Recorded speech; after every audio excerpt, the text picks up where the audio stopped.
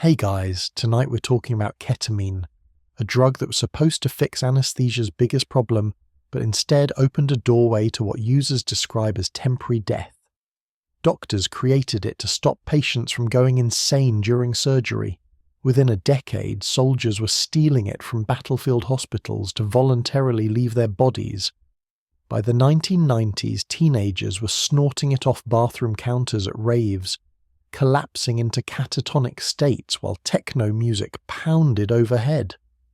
Today, the same substance gets injected into suicidal patients at luxury clinics, charging $300 per session. A horse tranquilizer became medicine's most promising psychiatric breakthrough, while simultaneously destroying the bladders of recreational users who can't stop chasing the void. The drug that keeps animals calm during amputations now helps Wall Street executives confront their childhood trauma, and college kids experience what they believe is astral projection. Dear viewers, our big goal is to reach 1,000 subscribers on this channel, and with your support, we can achieve it. Only on our channel will you find such interesting and unique stories about drugs. Subscribe so you don't miss them. We're sincerely grateful to everyone who helps us achieve this goal. Also, write in the comments where you're watching from and what time it is. I'm always curious to see people from all over the world brought together by a single story. And now, let's move on to today's story. To understand ketamine, you first need to understand the problem it was designed to solve. The year was 1962 and hospitals had a nightmare on their hands. Park Davis Pharmaceuticals in Detroit had spent the previous decade watching their blockbuster anesthetic, PCP, phencyclidine, turn surgical patients into screaming, thrashing maniacs. PCP worked beautifully during operations. Patients felt no pain, remained unconscious, and their vital signs stayed stable. Then they woke up. Some patients believed they were being attacked by demons. Others tried to fight invisible enemies, requiring multiple nurses to restrain them. A few became catatonic, staring at walls for hours. One woman insisted spiders were crawling under her skin and clawed her arms bloody. The medical term was emergence delirium, but doctors called it the PCP nightmare. Anesthesiologists dreaded using it despite its effectiveness. The drug turned recovery rooms into psychiatric wards. Park Davis faced a commercial disaster. They'd invested millions developing PCP, secured FDA approval in 1957, and marketed it as Cernal. Hospitals bought it initially. By 1962, they were returning unused vials and demanding refunds. The company needed a replacement immediately. Their reputation depended on creating an anesthetic that didn't make patients psychotic. Calvin Stevens got the assignment. The 34-year-old chemist had joined Park Davis 2 years earlier and specialized in modifying existing drug molecules. His laboratory occupied the third floor of the company's main research building in Detroit, a sterile space filled with glass beakers, Bunsen burners, and the chemical smell of organic synthesis. Stevens wasn't looking to revolutionize anesthesia. He just wanted to keep his job. The approach seemed straightforward enough. Take PCP's molecular structure and start tweaking it. Replace one atom here, add a chemical group there, test each variation on animals until something worked better. Pharmaceutical chemistry in 1962 relied heavily on trial and error. Computers couldn't predict how molecular changes would affect a drug's properties. Stevens had to synthesize dozens of compounds, test each one, and hope for a breakthrough. He started modifying PCP's cyclohexane ring, the part of the molecule he suspected caused psychiatric side effects. Each modification created a new compound requiring weeks of animal testing. Most variations either didn't work as anesthetics or produced effects worse than PCP. One compound caused seizures in rats. Another stopped working after a single dose. Stevens synthesized compound after compound through 1962, documenting each failure in his laboratory notebook. Then came C581. Stevens added a chlorine atom to one position and rearranged another section of the molecule. The structural change looked minor on paper. Just a few atoms shifted around. He synthesized a small batch of white crystalline powder, dissolved it in solution, and sent it to the pharmacology department for animal testing. The results came back within a week. CI581 worked as an anesthetic. Rabbits injected with the compound became immobile and unresponsive to painful stimuli. Their breathing remained stable. Blood pressure held steady. Heart rate barely changed. Everything PCP did right. CI581 did too. Stevens waited for the bad news about emergence delirium. The pharmacologist reported something strange instead. Injected animals didn't lose consciousness the way they did with other anesthetics. Their eyes stayed open. They seemed awake but completely disconnected from their surroundings, as though their consciousness had been severed from their bodies. A cat injected with CI581 sat motionless for 20 minutes, eyes wide open, staring at absolutely nothing. When researchers pinched its tail, hard enough to normally make a cat yowl and scratch, the animal showed zero reaction. Dr. Edward Domino, a pharmacologist studying the compound, watched the cat's bizarre state with fascination and unease. The animal wasn't unconscious. It wasn't paralyzed either. Something about C581 had separated the cat's awareness from its physical sensations entirely. Domino tried to describe the effect to colleagues and struggled to find adequate terminology. The cat seemed dissociated from reality itself. He coined a new term, dissociative anesthetic. The phrase captured what made C581 different from every other anesthetic in existence. Traditional anesthetics like ether or barbiturates shut down consciousness entirely, rendering patients genuinely unconscious. CI581 left consciousness intact but disconnected it from the body and external world. Patients remained aware but felt nothing, saw nothing meaningful, experienced no pain. Their minds floated somewhere else entirely. Park Davis executives saw potential immediately. An anesthetic that didn't cause emergence delirium could salvage their investment in PCP research and capture significant market share. They fast-tracked CI581 toward human trials. First, though, Stevens needed to synthesize larger quantities. The initial batch might work in cats and rabbits, but human testing required hundreds of doses produced under controlled conditions. By early 1964, Stevens had refined his synthesis process and produced enough CI581 for preliminary human studies. Park Davis needed volunteers. Following standard pharmaceutical practice of the era, they turned to prisons. Incarcerated men offered a convenient testing population. Controlled environment, easy monitoring, and prisoners often volunteered in exchange for reduced sentences or small payments. The ethics would horrify modern medical boards, but in 1964, prisoner testing was routine. The first human subject received an intramuscular injection of CI581 at a Michigan prison in February 1964. Within minutes, he became still and quiet. His eyes remained open but appeared unfocused. Researchers asked him questions. He didn't respond. They pinched his skin. No reaction. His vital signs remained completely stable throughout. 20 minutes later, he began moving again. Researchers asked him what he'd experienced. The prisoner struggled to explain. He described feeling separated from his body, watching the researchers from a distance even though he knew he hadn't moved. Everything seemed dreamlike and unreal. Colours had appeared brighter and sounds had echoed strangely. He'd felt no pain from the pinching. Hadn't felt the pinching at all, actually. Time had behaved oddly, stretching and compressing unpredictably. The entire experience had been profoundly strange, but not frightening like he'd heard PCP could be. More prisoners received CI 581 over the following months. Responses varied wildly. Some reported pleasant floating sensations and mild euphoria. Others described intense hallucinations, geometric patterns, vivid colours, feelings of travelling through tunnels.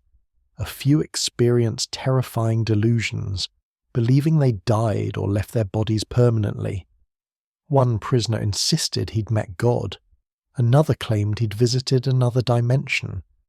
But crucially, none became violent or agitated the way PCP patients did.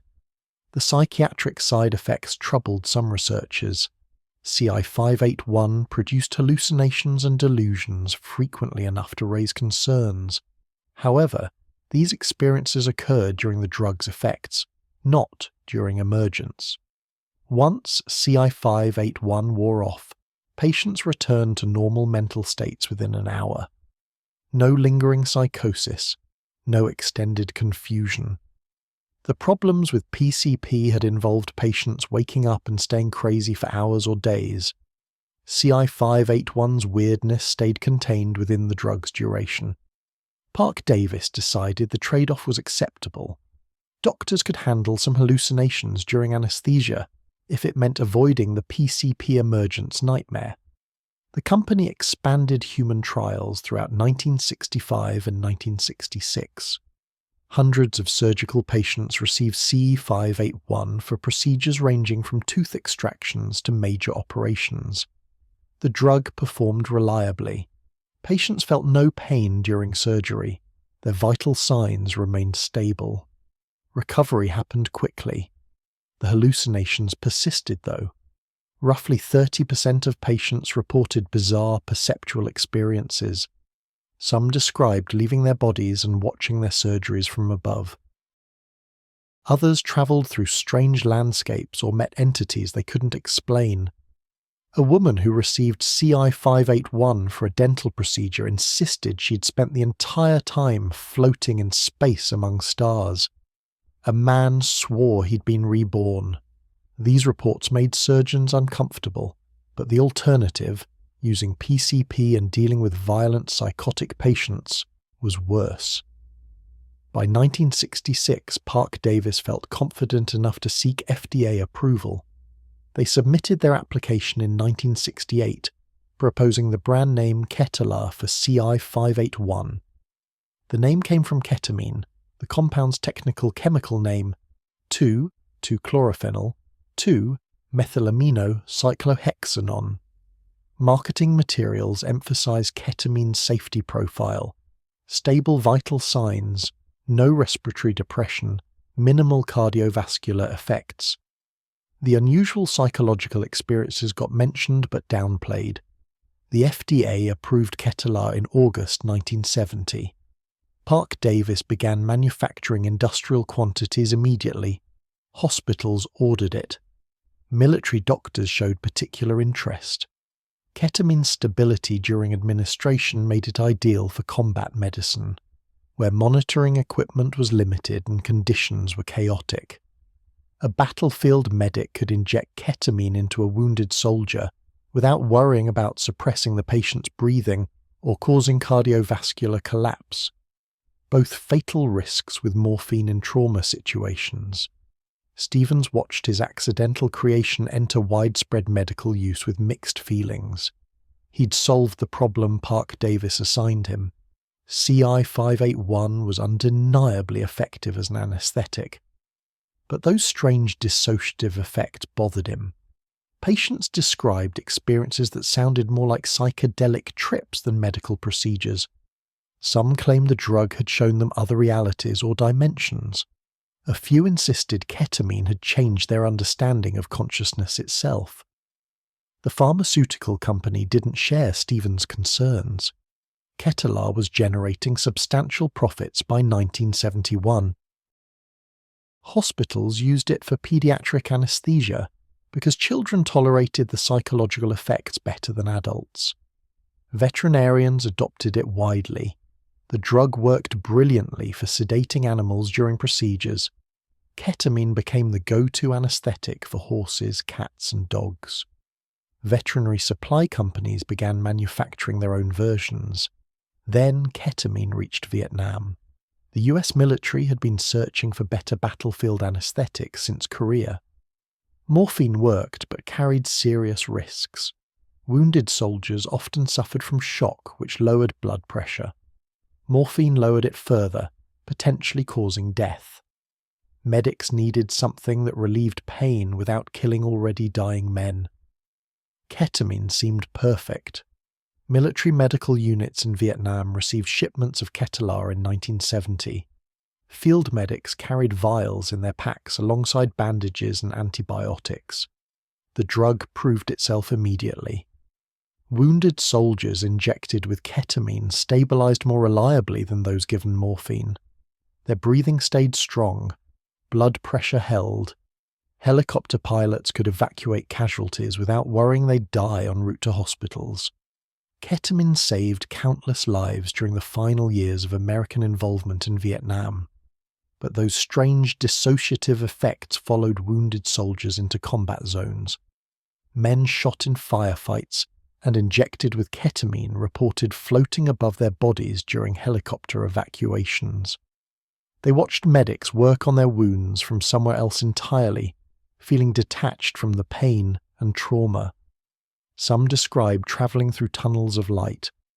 Others met dead relatives or experienced visions of home. The experiences felt more real than hallucinations.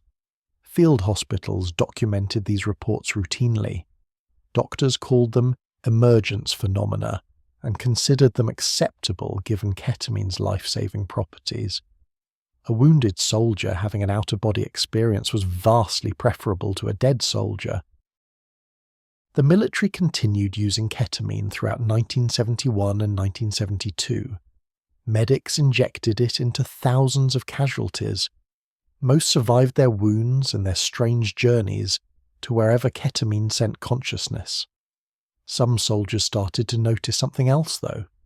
The dissociative experiences weren't just side effects of trauma treatment. They were desirable on their own. Ketamine made reality disappear temporarily. It offered escape from the horror and stress of combat. A few soldiers began seeking out the drug recreationally, stealing vials from medical supplies or trading for them. Small doses didn't anesthetize completely. They produced euphoria and dreamlike states instead. By 1972, field commanders reported missing ketamine supplies. The military investigated and discovered soldiers were using the drug to get high. Some injected small amounts before going off duty. Others snorted powdered ketamine during downtime. The experiences they described sounded nothing like alcohol or marijuana intoxication. Users reported feeling separated from their bodies, visiting other dimensions, or experiencing what they called ego death, a complete dissolution of self. The military tried to crack down on ketamine abuse, but the drug was too useful to restrict completely. Medics needed it for treating casualties. Hospitals required it for surgeries. Making ketamine unavailable would cost lives. Instead, the military settled for increased security around medical supplies and punishments for soldiers caught using it recreationally. The measures barely worked. Ketamine was simply too accessible in a war zone where injuries were constant and medical supplies were everywhere. When soldiers rotated home in 1972 and 1973, some brought stories about the strange anesthetic that made you leave your body. Veterans told friends about ketamine, describing it as something between a drug and a spiritual experience. A few actively sought it out stateside, discovering that veterinary clinics stocked the same substance used in Vietnam. Ketamine began trickling into American counterculture, carried by men who'd first encountered it while bleeding in rice paddies. Calvin Stevens heard about the recreational use and felt a creeping sense of responsibility. He'd created ketamine to solve a medical problem, emergence delirium from PCP. He'd succeeded at that narrow goal, but in solving one problem, he'd accidentally created something stranger, and potentially more troublesome. Ketamine didn't make people psychotic like PCP, but it did something arguably weirder. It made them feel like they'd temporarily died and gone somewhere else. The dissociative experience was the drug. That was ketamine's essential nature. You couldn't separate the anesthetic properties from the consciousness-altering effects. They were the same thing. By disconnecting awareness from the body, ketamine both eliminated pain and created the sensation of leaving physical existence entirely. Medicine wanted the pain elimination. Recreational users wanted the departure from reality. Both groups were using the same mechanism. Parke-Davis continued manufacturing Katala throughout the 1970s, marketing it as a safe and effective anesthetic. The company acknowledged the psychological side effects in medical literature but emphasized ketamine's remarkable safety profile. Overdosing was difficult. The drug didn't suppress breathing like opioids or damage organs like acetaminophen. Deaths directly caused by ketamine alone were extremely rare. From a purely medical perspective, it was among the safest anesthetics ever created. But safety didn't account for what ketamine did to consciousness. Stevens had inadvertently created a reliable method for chemically inducing what mystics called ego death, or what drug users called the K-hole.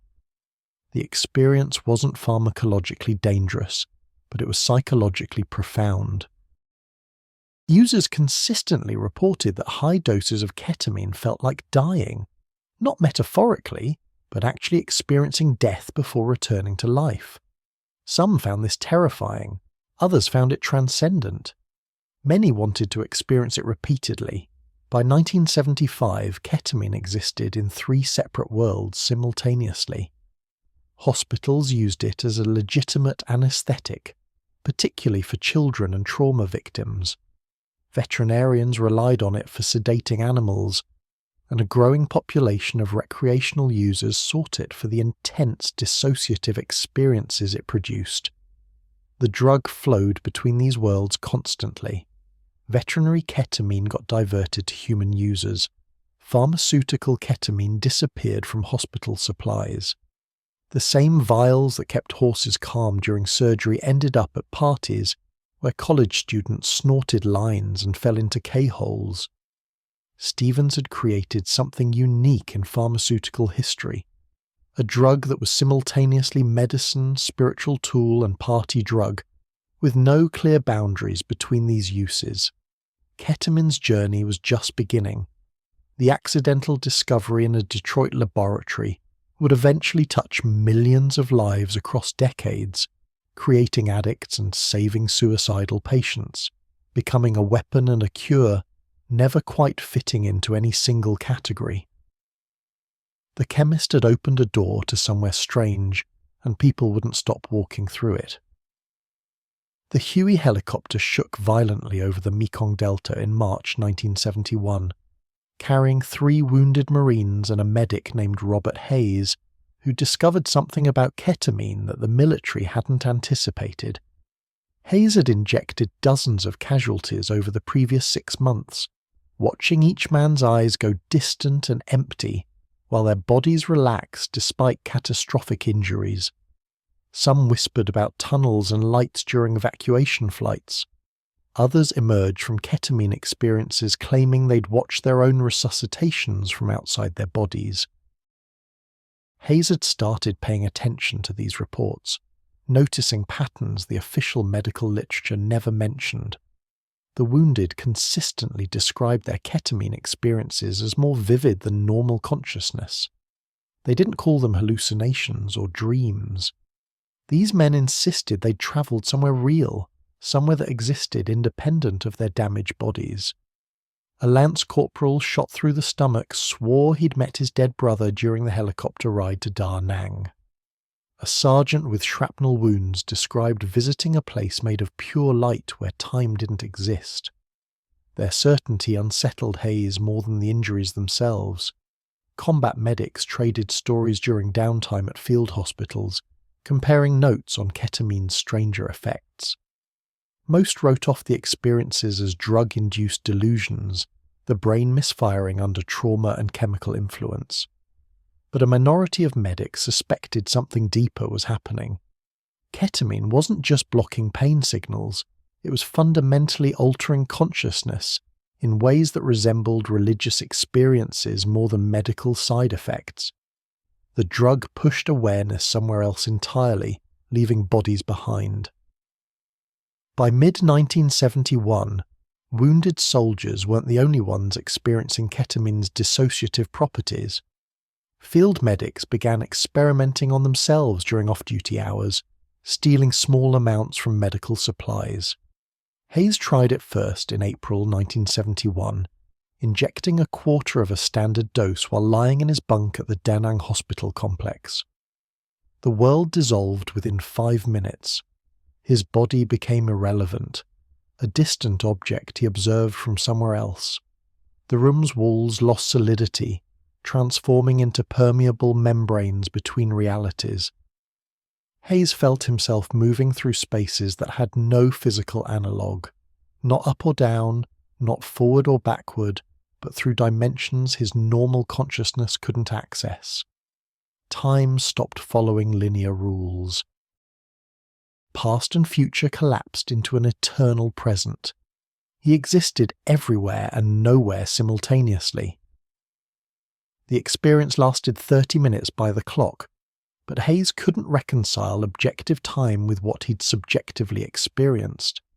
Ketamine had shown him something impossible to describe using standard language.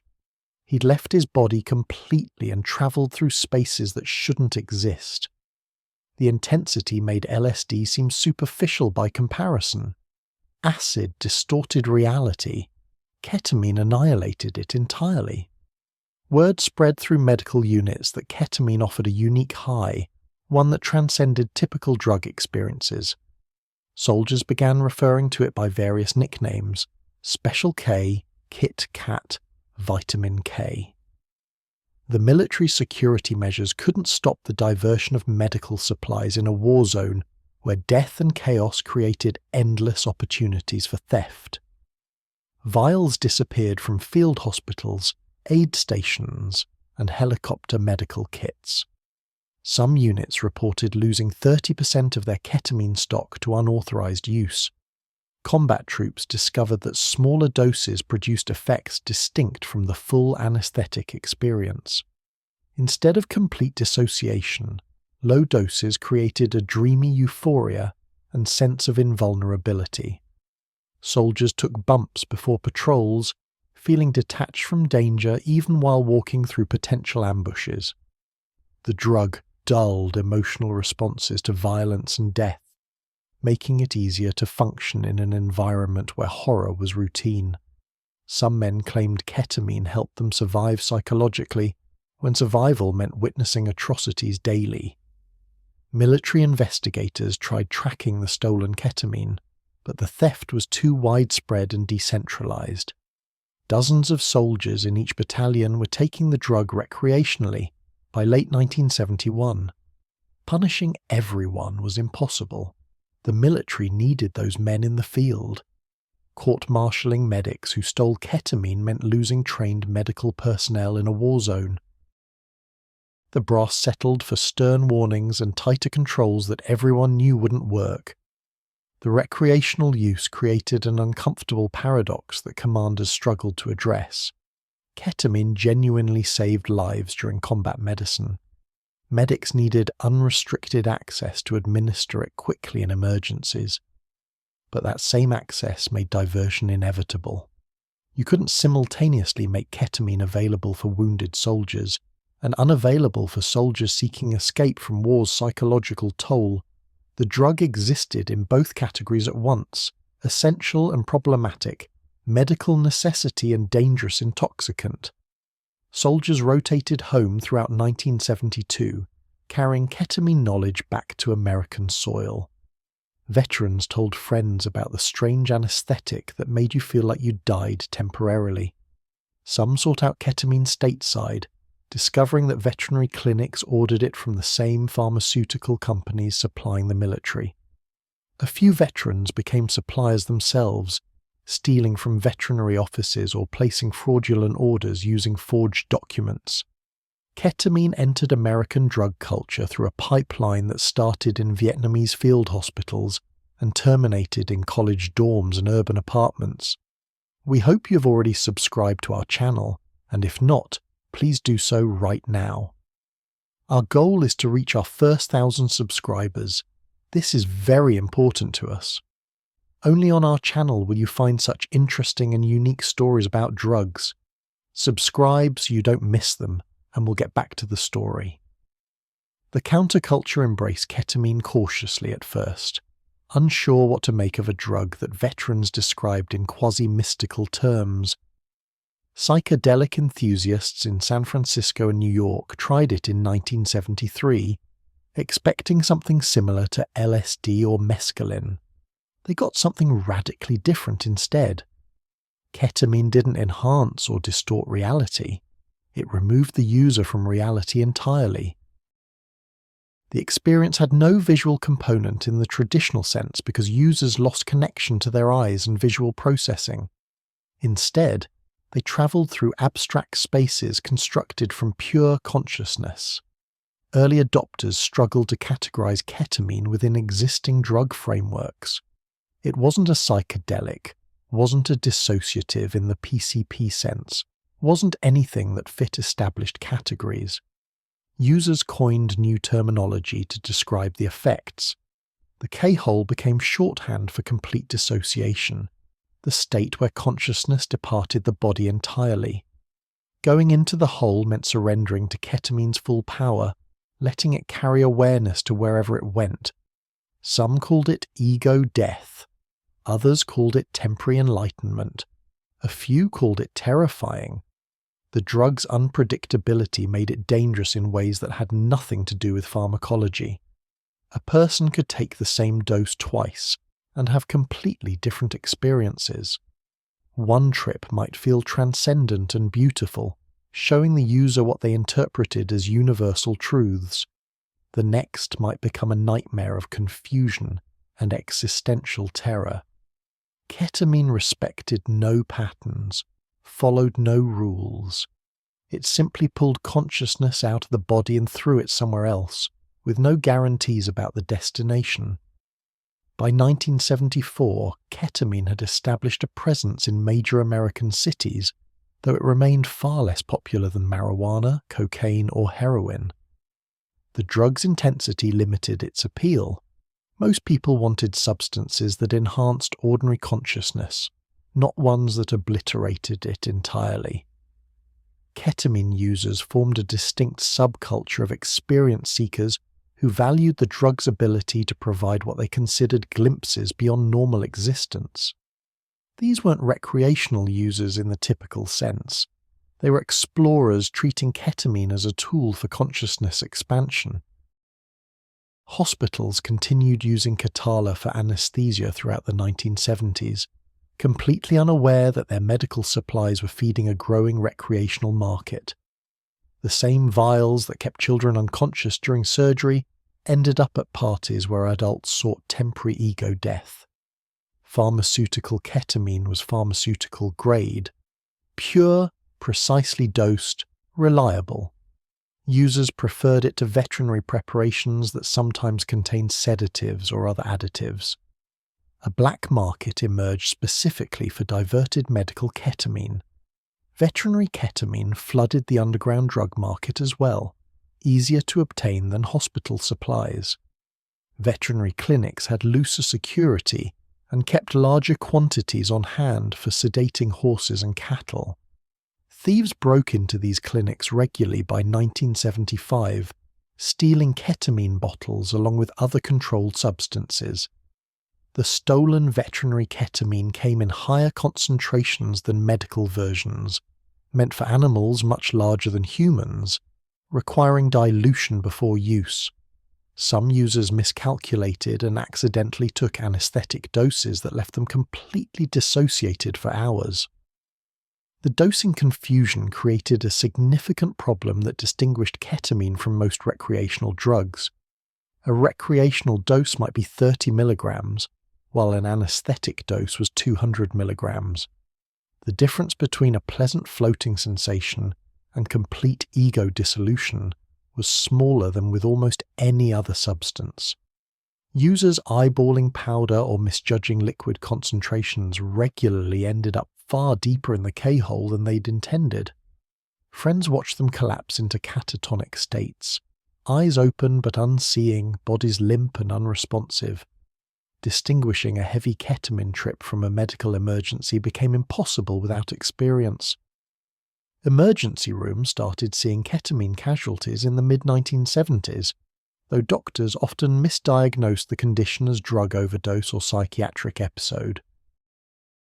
Patients arrived catatonic, unresponsive to verbal commands but breathing normally with stable vital signs. Standard overdose protocols didn't apply. Ketamine wasn't suppressing respiration or causing seizures. The patients simply weren't present in their bodies anymore, having travelled to wherever high-dose ketamine sent consciousness. They returned after 2 or 3 hours, confused and disoriented but physically unharmed. The medical community remained largely ignorant about recreational ketamine use until the late 1970s. Ketamine was considered a safe, effective anesthetic with manageable side effects. The idea that people were intentionally seeking those side effects seemed absurd to most physicians. Why would anyone want to feel dissociated and confused? The doctors didn't understand that dissociation was the point, that some people desperately wanted to escape their normal consciousness and experience whatever lay beyond it. Military medical officials finally acknowledged the Vietnam ketamine problem in 1976, 3 years after American combat involvement ended.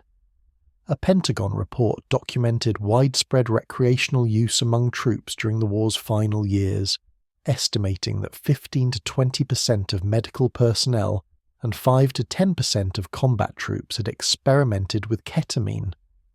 The numbers shocked military leadership, who'd focused primarily on heroin addiction among soldiers while ignoring the anesthetic in their own medical supplies.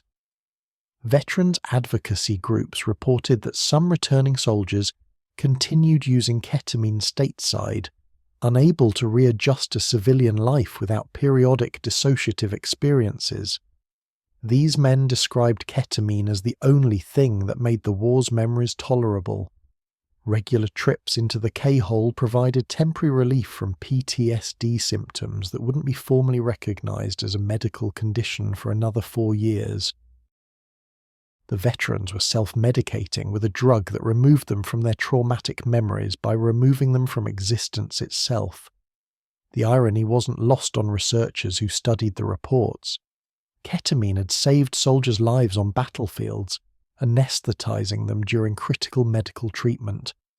Now those same soldiers used it to escape the psychological wounds that surviving had created. The drug was simultaneously cure and symptom, medical tool and coping mechanism. Some veterans probably owed their lives to ketamine twice, once in Vietnam when it kept them alive during treatment, and again stateside when it kept them from suicide by providing temporary escape from unbearable memories. Park Davis watched the recreational use spread with growing concern. The company's marketing materials emphasize Katala's medical legitimacy, but news reports about theft and abuse undermined that message. Hospitals grew nervous about keeping large ketamine supplies, fearing theft or regulatory scrutiny. The Drug Enforcement Administration began monitoring ketamine distribution in 1976, though the drug remained unscheduled and technically legal to possess without a prescription. The regulatory framework hadn't caught up to ketamine's dual nature as medicine and recreational substance. Underground chemists started synthesizing ketamine in illicit laboratories by 1977, following Calvin Stevens' original procedure with minor modifications.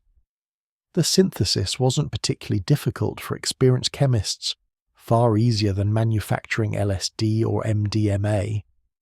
Clandestine ketamine production eliminated the need for theft, creating a supply chain independent of pharmaceutical companies and veterinary clinics. Street ketamine flooded cities, sometimes pure but often contaminated with synthesis byproducts, or cut with other substances to increase profits. The quality variability made street ketamine dangerous in new ways. Pharmaceutical ketamine was precisely dosed and contained no adulterants. Underground ketamine might be anything: pure product, contaminated synthesis, or outright substitution with cheaper dissociatives like PCP. Users couldn't distinguish pharmaceutical from street ketamine by appearance. Both came as white crystalline powder. Testing was impossible without laboratory equipment. People snorting lines at parties had no idea whether they were getting medical-grade ketamine or something potentially toxic. By 1978, ketamine had completed its transformation from battlefield medicine to underground drug. The substance existed in parallel markets serving completely different purposes with different populations. Hospitals used it on children undergoing surgery. Veterans used it to forget Vietnam. Psychedelic enthusiasts used it to explore consciousness. Each group understood ketamine differently, saw different properties as essential, and approached the drug with different intentions. But they were all using the same molecule, the accidental discovery that Calvin Stevens had synthesized 16 years earlier while trying to fix PCP's problems. The battlefield had been ketamine's proving ground, the place where its life-saving properties became undeniable. Combat medicine needed anesthetics that worked under impossible conditions with minimal equipment and maximum reliability. Ketamine delivered exactly that, keeping countless wounded soldiers alive during evacuation and surgery. But the battlefield had also been ketamine's corruption point, the place where its consciousness-altering properties attracted users who weren't wounded, who sought dissociation for its own sake rather than as a side effect of necessary medical treatment. Vietnam ended, but ketamine's story accelerated. The drug had escaped medical control completely, moving through underground networks that pharmaceutical companies couldn't track and regulators couldn't stop. Thousands of people were using it recreationally by decade's end, chasing the void that opened up when ketamine pulled consciousness out of the body. Some would never stop chasing it. Others would discover that the void stared back eventually, and what it showed them wasn't always transcendent. The K-hole had many depths, and not everyone returned from the deepest ones unchanged. The criminalization of LSD in 1968 had devastated psychiatric research exploring consciousness and therapeutic applications of psychedelics. Dozens of promising studies involving PTSD, alcoholism, and end-of-life anxiety stopped immediately when the federal government classified LSD as Schedule 1. No accepted medical use, high potential for abuse, illegal to manufacture or possess. Researchers who'd spent years documenting LSD's therapeutic potential watched their work become criminal overnight. By 1970, psychiatrists working on consciousness studies faced a brutal choice: abandon their research entirely, or find legal alternatives to criminalize psychedelics. Ketamine appeared on their radar precisely because it remained legal and medically approved. Dr. Salvador Roque, a Mexican psychiatrist running consciousness research programs in Mexico City, obtained pharmaceutical ketamine legally in 1971 and began incorporating it into therapy sessions. Roque had previously used LSD, psilocybin, and mescaline in psychedelic-assisted psychotherapy, believing that altered states helped patients access repressed trauma and examine their lives from fresh perspectives. Ketamine offered something those classical psychedelics didn't: complete dissociation from the ego and body. Roque's first ketamine therapy session revealed the drug's distinct character immediately. The patient, a 38-year-old woman suffering from treatment-resistant depression, received an intramuscular injection of 75 milligrams. Within minutes, she stopped responding to external stimuli. Her eyes remained open but focused on nothing. Roque asked questions. Silence. He waved his hand in front of her face. No reaction. The woman had departed somewhere inaccessible to normal communication, leaving her body behind like an abandoned vehicle. 40 minutes later, she returned. The woman described travelling through spaces beyond language, encountering what she interpreted as the fundamental structure of reality itself. She'd experienced her depression as something separate from her essential self, a condition afflicting her rather than defining her. The dissociation had allowed her to examine her mental illness from outside it, observing the depression as an external observer might. She reported feeling lighter and clearer than she had in years. Roque conducted dozens more ketamine sessions throughout 1971 and 1972, documenting results that intrigued the small community of consciousness researchers still operating. Patients consistently reported that ketamine's dissociative effects enabled psychological insights impossible to achieve in normal states. By removing them from their egos and normal thought patterns, the drug created a vantage point outside their usual perspective.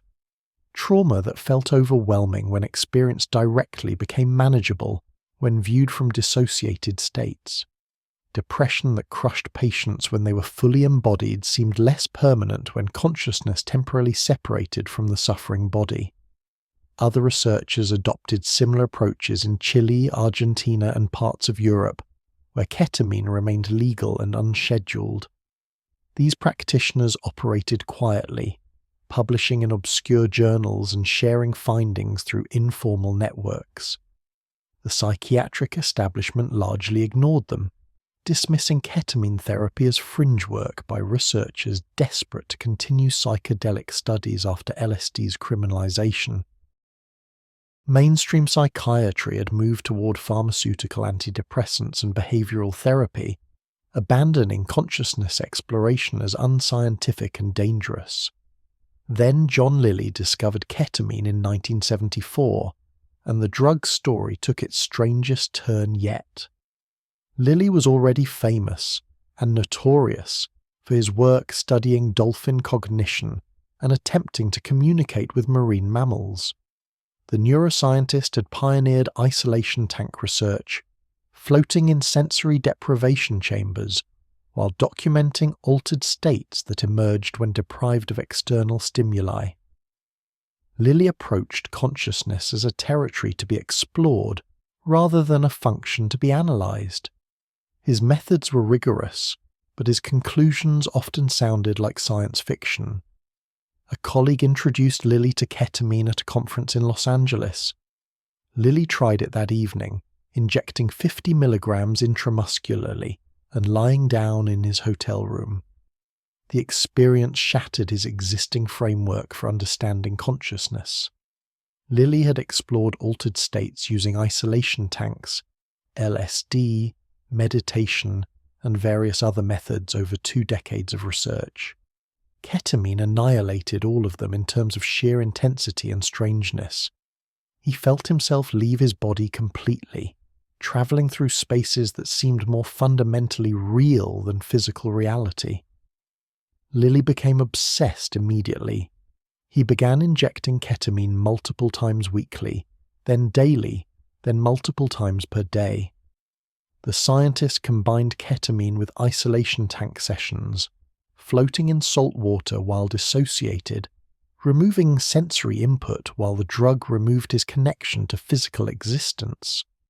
The combination created states more extreme than either method alone.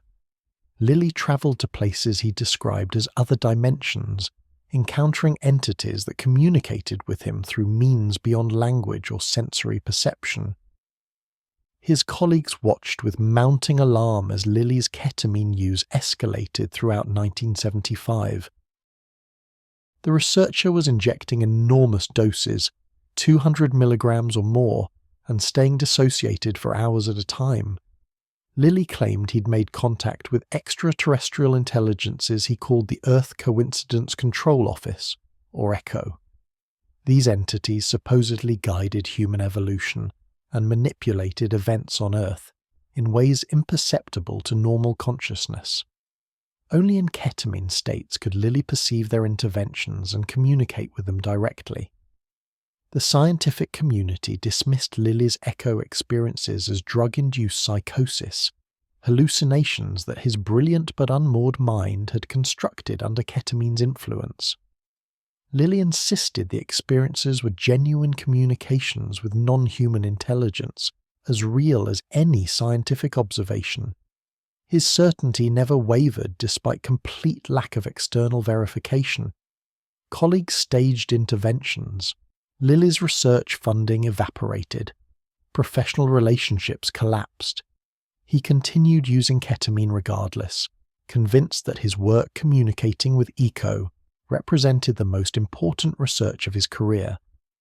Lilly documented his ketamine experiences obsessively, filling journals with descriptions of his journeys beyond physical reality.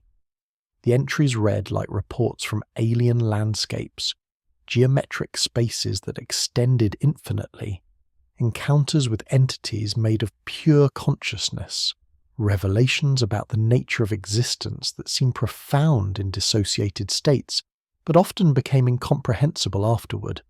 Lilly struggled to translate what he experienced in the K-hole into language comprehensible to normal consciousness. The disconnect frustrated him terribly. His 1978 book, The Scientist, detailed the ketamine experiments and ECHO encounters, becoming an underground sensation despite, or because of, its bizarre content. Readers couldn't determine whether Lilly had discovered genuine cosmic truths or descended into drug-induced madness. Perhaps both were true simultaneously.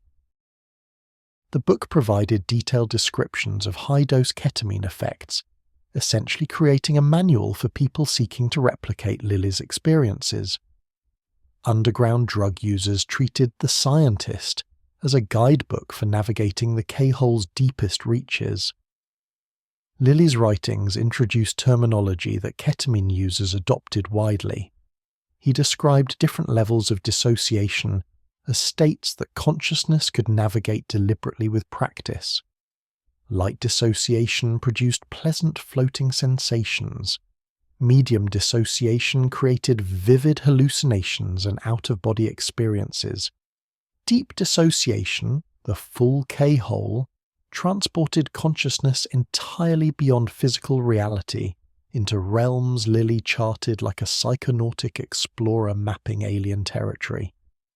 Users began referring to their trips using Lilly's framework, discussing which level they'd reached and what they'd encountered there.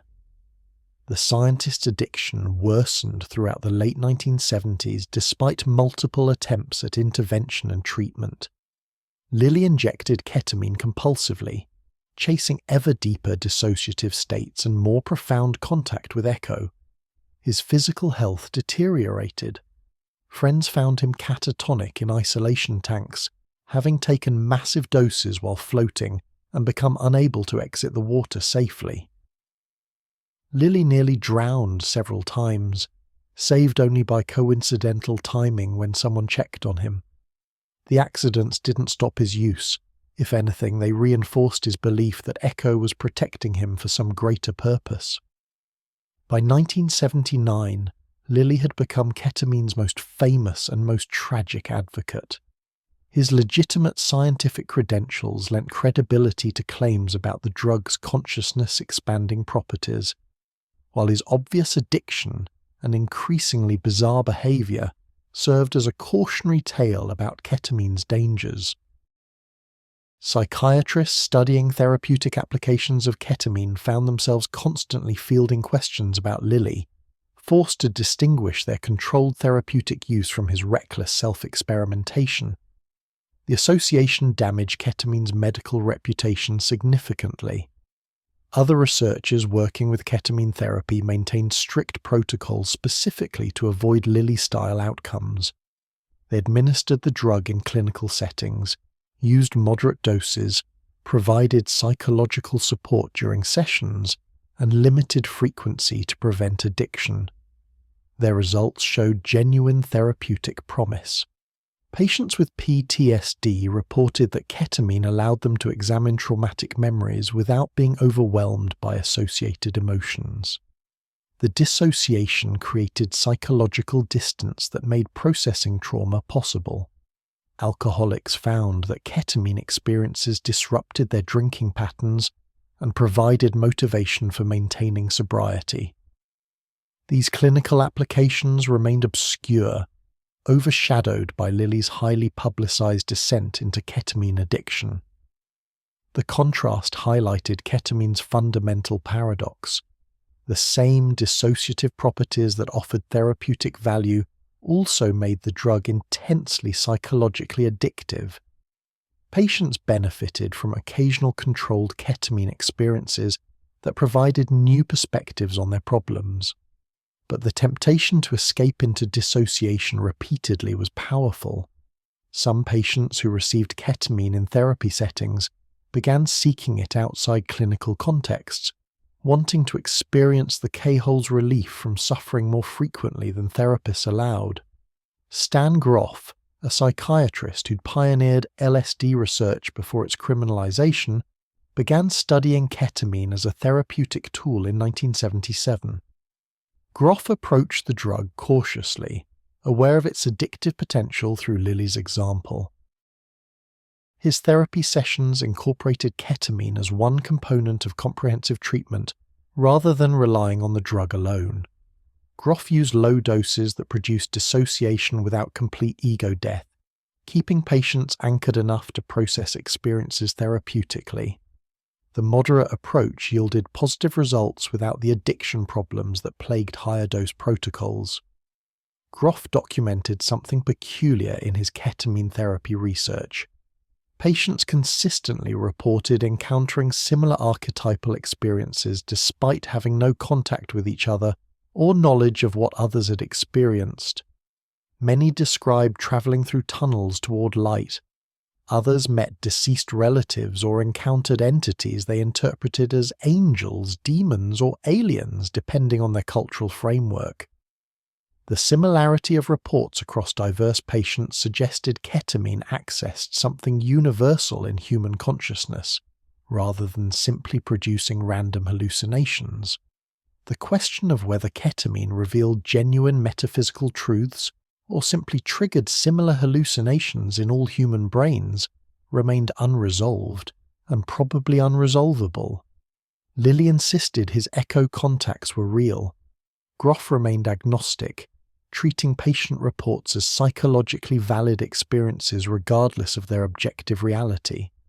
Skeptical neuroscientists argued that ketamine simply disrupted normal brain function in consistent ways, creating predictable hallucinations that users mistook for profound revelations. No one could definitively prove their position. By 1980, ketamine existed in multiple overlapping contexts that rarely intersected. Hospitals used it as pediatric anesthetic. Veterinarians sedated animals with it. Recreational users sought it for mind-altering experiences. Psychedelic therapists administered it in controlled settings for therapeutic purposes. Each group understood ketamine through completely different frameworks, saw different properties as essential, and approached the substance with different intentions and safeguards. The drug was simultaneously all these things: medicine, spiritual tool, party drug, and research compound. Lilly's deteriorating condition served as a warning that most ketamine users ignored. His addiction was extreme, his dosing pattern dangerous beyond recklessness. Most people using ketamine recreationally or therapeutically didn't inject massive doses multiple times daily, while floating in sensory deprivation tanks. They thought Lilly's problems resulted from his unique combination of scientific brilliance and self-destructive personality, rather than anything inherent to ketamine itself. The drug seemed safe enough with reasonable use. Lily's example became an outlier rather than a representative case. But Lily had discovered something that would eventually apply to many ketamine users. The dissociative experience was fundamentally addictive for people who found normal consciousness painful or limiting. Physical addiction wasn't the problem. Ketamine produced no withdrawal symptoms, no physical cravings. The addiction was entirely psychological, a desperate desire to escape selfhood and ordinary awareness. For people suffering from depression, trauma, or existential distress, the temporary relief ketamine provided felt essential. They needed to leave their consciousness periodically the way others needed food or water. The therapeutic researchers understood this danger intellectually, but struggled to address it practically. How could you provide patients with transformative dissociative experiences while preventing them from seeking those experiences outside therapeutic contexts? The same mechanism that made ketamine therapeutically valuable, removing people from their suffering by removing them from themselves, also made it attractive for unsupervised use. Some patients who benefited from ketamine therapy became ketamine addicts afterward, unable to stop chasing the relief they'd first experienced under medical supervision. Lilly had opened a door that couldn't be closed. His books and public discussions about ketamine introduced thousands of people to the drug's potential for consciousness exploration. Underground communities formed around ketamine use, treating it as a tool for psychological and spiritual development rather than mere recreation. These groups drew on Lilly's work, Groff's research, and various mystical traditions to create frameworks for understanding ketamine experiences. They developed rituals and practices around ketamine use, turning drug taking into something resembling religious ceremony. The scientist continued using ketamine into the 1980s, despite his deteriorating health and complete professional isolation. Colleagues who'd once respected his dolphin research now avoided him entirely, embarrassed by his claims about alien communications and interdimensional travel. Lilly didn't care. He'd glimpsed something beyond normal reality through ketamine, experienced states of consciousness that conventional science couldn't explain or accommodate. Whether those states were genuine metaphysical perceptions or elaborate hallucinations stopped mattering to him. The experiences themselves were real enough, more vivid and meaningful than anything in his ordinary life. John Lilly had become ketamine's prophet and its cautionary tale simultaneously. He demonstrated the drug's profound effects on consciousness, while also showing how those effects could consume someone entirely. His legacy would influence ketamine culture for decades, providing both inspiration for consciousness explorers and warning about dissociation's seductive danger.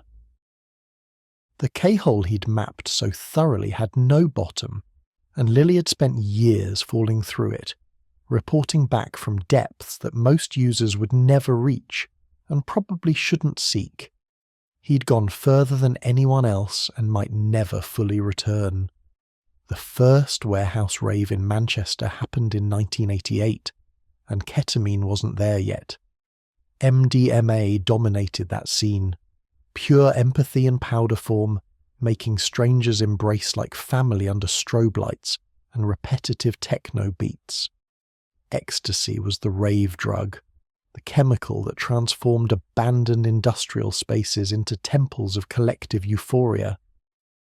By 1989, MDMA shortages were becoming common as demand exploded faster than illegal laboratories could supply. Dealers started cutting their product with anything that produced vaguely similar effects. Some added amphetamines for energy, others mixed in cheaper substances. A few began experimenting with ketamine. The combination was accidental genius from a dealer's perspective. Small amounts of ketamine mixed with MDMA created intensified euphoria and dreamlike sensations that ravers couldn't quite distinguish from pure MDMA. The ketamine was cheaper to source, veterinary supplies were easier to steal than clandestine MDMA labs were to operate. Dealers in London started selling Special K as a standalone product in 1990, marketing it as the next evolution beyond ecstasy. Early adopters discovered that ketamine produced effects perfectly suited to all-night dancing if dosed carefully. The key was keeping doses low enough to avoid complete dissociation. A small bump of ketamine, 20 to 30 milligrams snorted, created floating sensations and mild visual distortions without triggering the K-hole. Music became liquid, flowing through bodies rather than just entering ears. Dance movements felt effortless, as though some external force was choreographing every motion.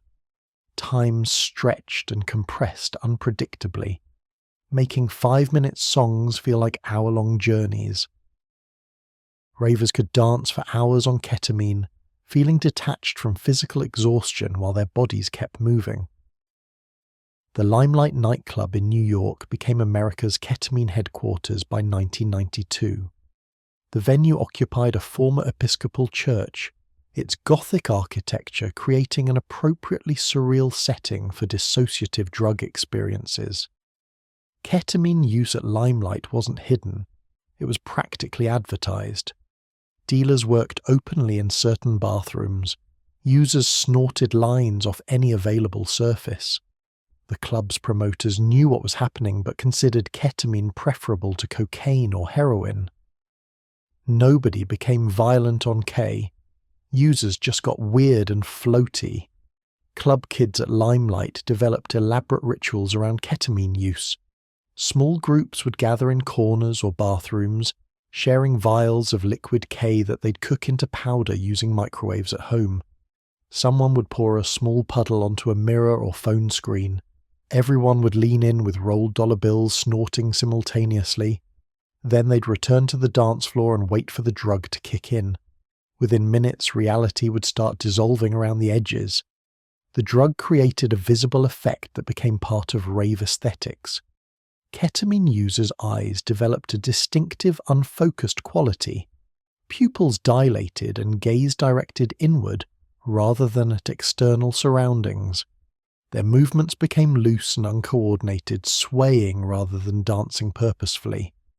Experienced ravers could identify ketamine users immediately by their body language, that characteristic wobble indicating someone teetering between normal consciousness and dissociation. But the most dramatic effect was the K-hole collapse. Someone would be dancing normally, then suddenly their legs would give out completely. They'd crumple to the floor like marionettes with cut strings, landing in heaps of limbs and loose clothing. Their eyes would remain open but totally blank, staring at nothing while consciousness travelled elsewhere. Other dancers would step around the bodies, barely pausing in their own movements. Collapse ketamine users became expected obstacles in the landscape of underground parties. Club security learned to distinguish ketamine casualties from medical emergencies through experience. A K-hole victim had open eyes, steady breathing, and stable pulse. They didn't respond to questions or physical stimulation, but their vital signs remained normal. Security would drag them to quieter areas and leave them to ride out the experience, checking periodically to ensure they were still breathing. Most recovered within 30 to 40 minutes, emerging confused but unharmed. The collapsed bodies scattered across club floors created scenes that looked like mass casualties, but were just Tuesday night at certain venues. The British rave scene embraced ketamine even more enthusiastically than American clubs. Goa trance parties in abandoned warehouses across England featured ketamine as the primary drug by 1993. The music's hypnotic, layered soundscapes complemented ketamine's dissociative effects perfectly. Producers started crafting tracks specifically designed for ketamine experiences, with deep bass frequencies and trippy sound effects that resonated with altered consciousness. Some called it K-music, compositions that only made sense when dissociated.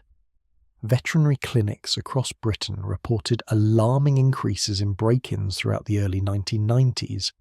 Thieves smashed windows specifically to steal ketamine vials, ignoring more valuable equipment and other controlled substances. The pattern was consistent enough that police recognized it as drug-related theft rather than general burglary. Veterinarians started storing ketamine in safes and installing security systems, but the break-ins continued. The rave scene's demand for ketamine exceeded what theft alone could supply.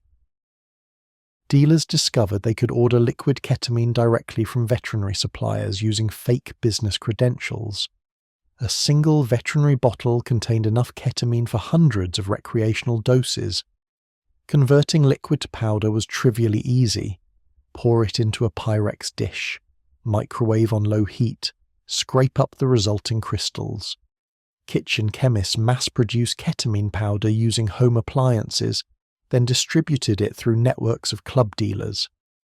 The supply chain was simpler and safer than manufacturing most illegal drugs.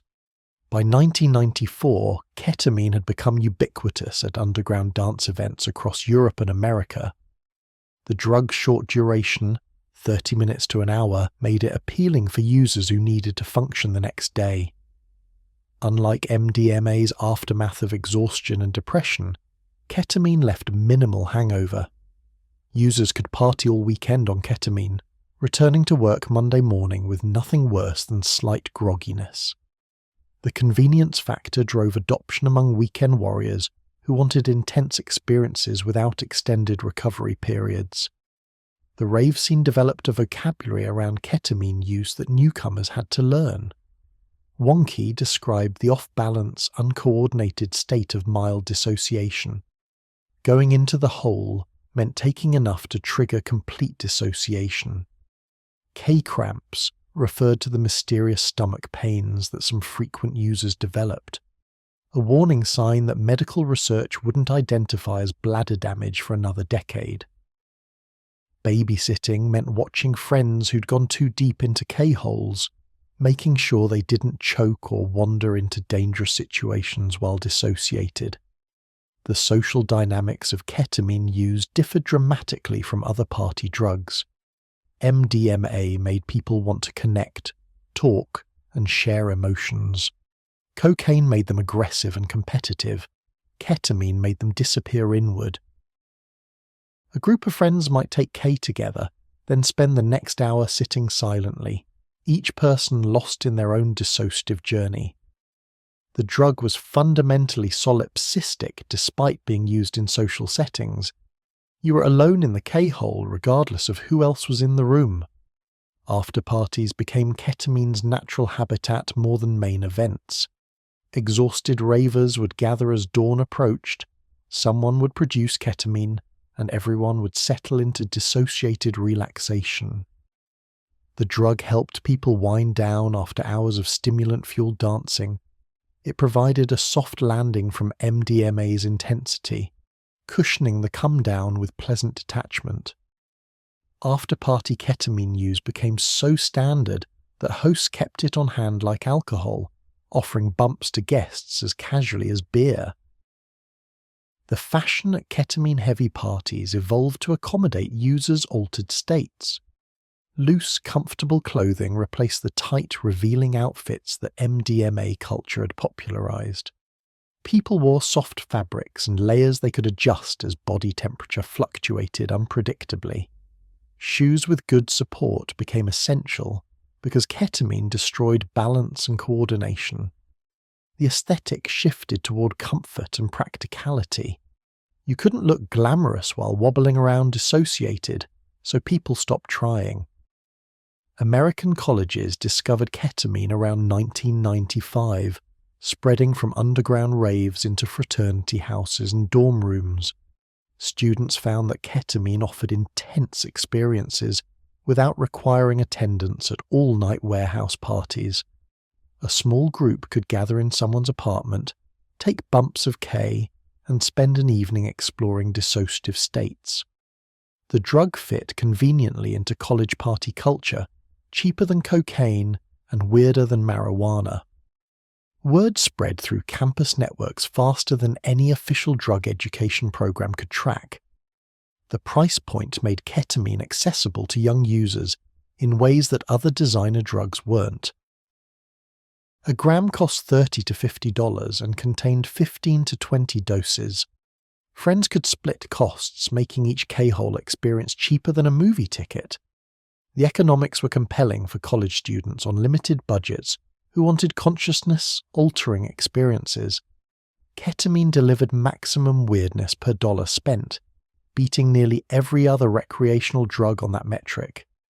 Music festivals became ketamine distribution hubs by the mid-1990s.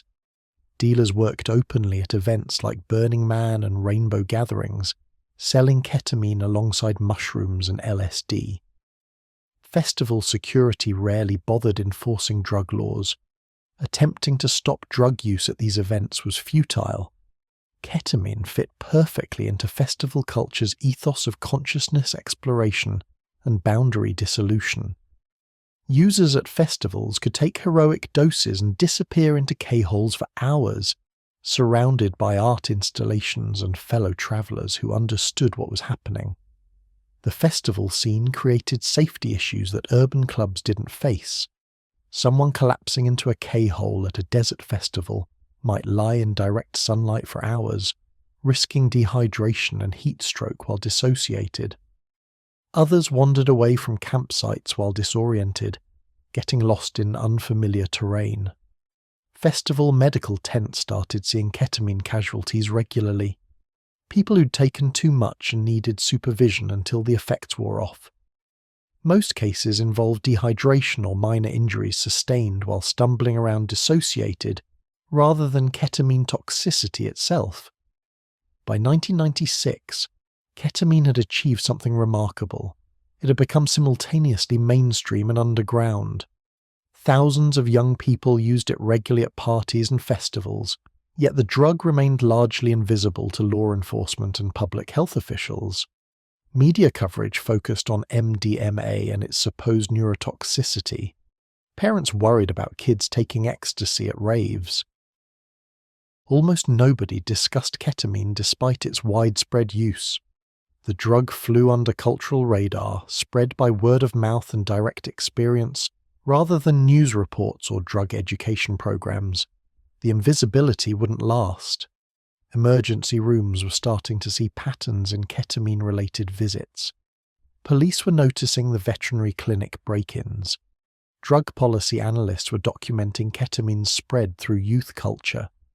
The medical community was beginning to recognize that the anesthetic they'd used safely for decades had become a popular recreational drug with unknown long-term consequences. Ketamine's time in the shadows was ending.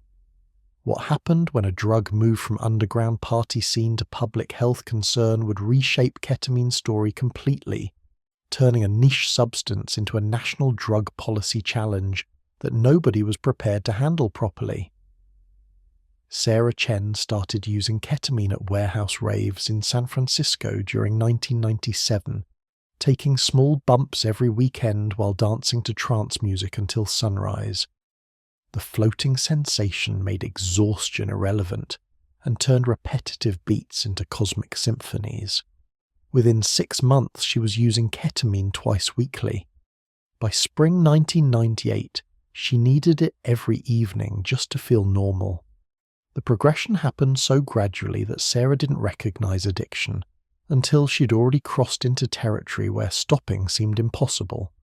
Ketamine's psychological grip operated differently than cocaine's urgent craving or heroin's physical withdrawal. Users didn't wake up sick when they stopped. Their bodies functioned normally without the drug, but normal consciousness became unbearable after repeated exposure to dissociation's relief. Sarah found that being fully present in her body and mind felt claustrophobic after months of regularly escaping into the K-hole. Ordinary awareness seemed like a prison that ketamine briefly unlocked. She began using alone in her apartment rather than exclusively at parties. The social context stopped mattering once addiction took hold. Sarah would return from work, immediately snort several lines of ketamine, and spend evenings dissociated on her couch.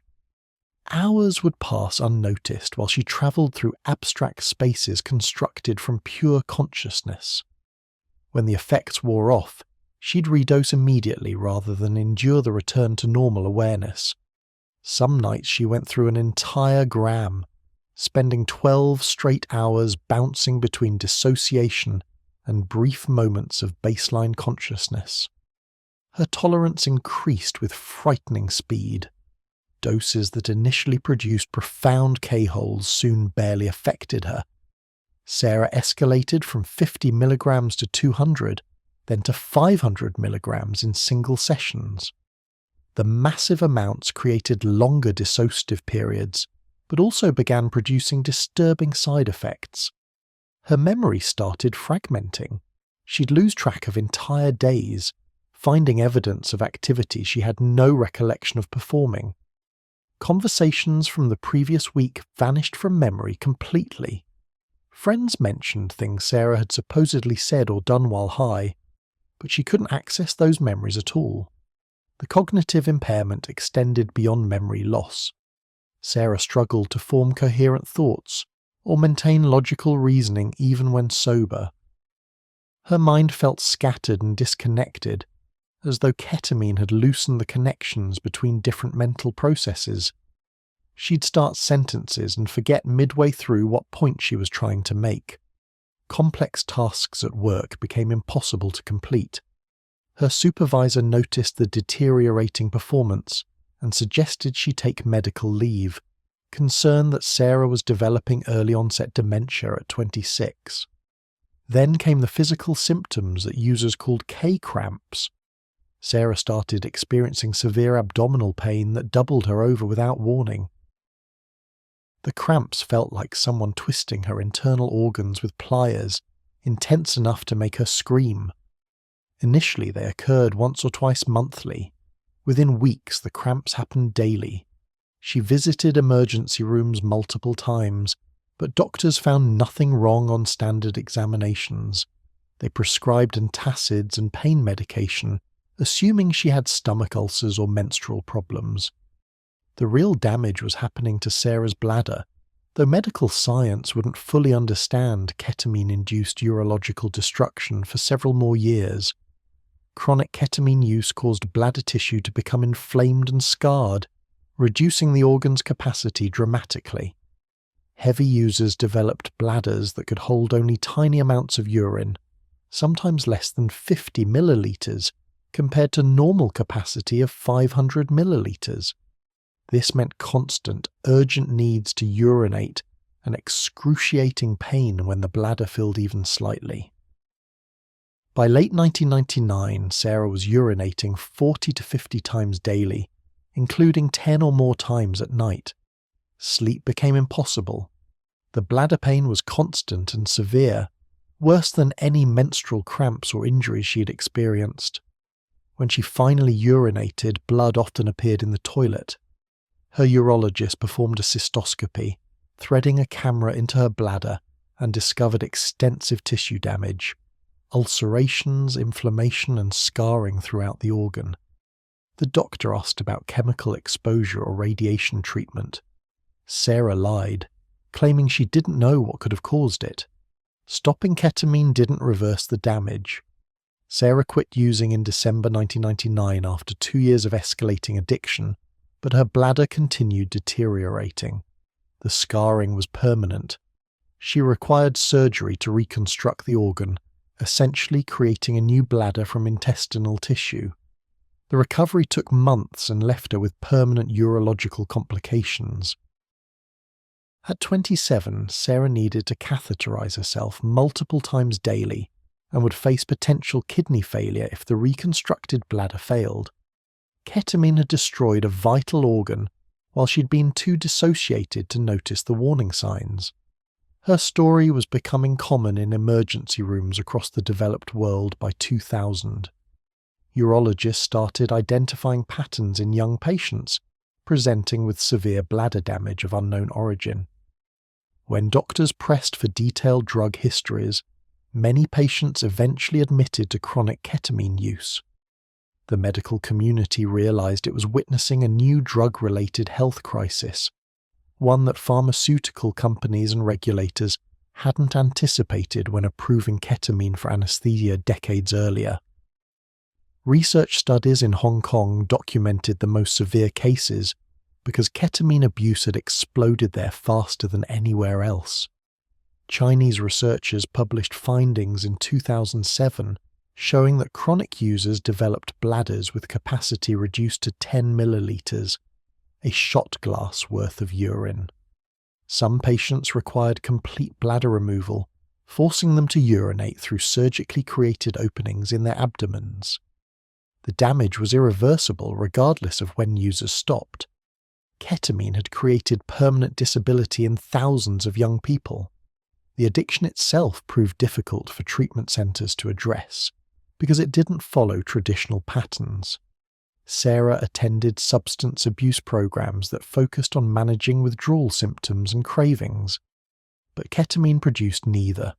She didn't experience physical discomfort when abstinent. The craving was purely psychological, an overwhelming desire to escape normal consciousness. Traditional addiction treatment models didn't know how to address someone who wasn't physically dependent but couldn't tolerate existing in ordinary awareness. Therapists working with ketamine addicts discovered that many patients had underlying depression, trauma, or anxiety disorders that they'd been self-medicating with dissociation. The K-hole provided relief from psychological suffering by temporarily removing the self that experienced suffering. Unlike antidepressants that modulated mood or benzodiazepines that reduced anxiety, ketamine simply eliminated consciousness of problems entirely. Users weren't managing symptoms, they were escaping awareness of symptoms through radical dissociation. This created a treatment paradox. Patients needed to address underlying mental health issues driving their ketamine use, but doing so required confronting painful emotions and memories that ketamine had helped them avoid. Many relapsed when therapy forced them to sit with distress they'd learned to escape. The temporary relief ketamine provided felt essential compared to the slow, difficult work of genuine psychological healing. Some patients cycled through treatment programs multiple times, unable to sustain sobriety when faced with the suffering that had driven their initial ketamine use. The addiction rate among recreational users remained difficult to determine precisely. Most people who tried ketamine didn't become addicted. They used it occasionally at parties or music festivals without developing compulsive patterns. But a subset of users, particularly those with pre-existing mental health issues, progressed rapidly to daily use. Estimates suggested that 10 to 15% of regular ketamine users developed addiction severe enough to cause significant life disruption. That percentage was lower than heroin or methamphetamine, but higher than marijuana or psychedelics. Deaths directly caused by ketamine remained relatively rare because the drug was pharmacologically safe even in massive overdoses. Unlike opioids or alcohol, ketamine didn't suppress breathing or cause fatal toxicity at recreational doses. But indirect deaths occurred frequently. Users lost consciousness in dangerous situations, bathtubs, swimming pools, busy streets, and drowned or were struck by vehicles. Others wandered into traffic or off elevated surfaces while dissociated, resulting in fatal accidents. Some mixed ketamine with other drugs, particularly alcohol or benzodiazepines, creating dangerous combinations. The UK documented rising ketamine-related deaths throughout the 2000s, though most involved polysubstance use rather than ketamine alone. Coroners struggled to attribute deaths to ketamine specifically when victims had multiple drugs in their systems. Statistics likely undercounted ketamine's role in fatalities because medical examiners weren't routinely testing for it. The drug remained relatively unknown to many healthcare providers who didn't consider it when investigating unexpected deaths in young people. Asia confronted the most severe ketamine epidemic, particularly in China, Taiwan, and Southeast Asia. The drug's legal status in China until 2001 had allowed it to spread unchecked through urban youth culture. By the time authorities recognized the problem and scheduled ketamine as a controlled substance, hundreds of thousands of young people were using it regularly. Karaoke bars and nightclubs in major Chinese cities became ketamine consumption zones, where use was expected rather than hidden. Chinese authorities documented addiction rates far higher than Western countries observed. Some treatment centers reported that ketamine addicts represented their largest patient population by 2005, exceeding heroin and methamphetamine cases. The cheap price and social acceptability had created an epidemic that public health officials were completely unprepared to handle. Traditional Chinese medicine approaches to addiction treatment proved ineffective for ketamine because the drug operated differently than opium or stimulants that practitioners had experience treating.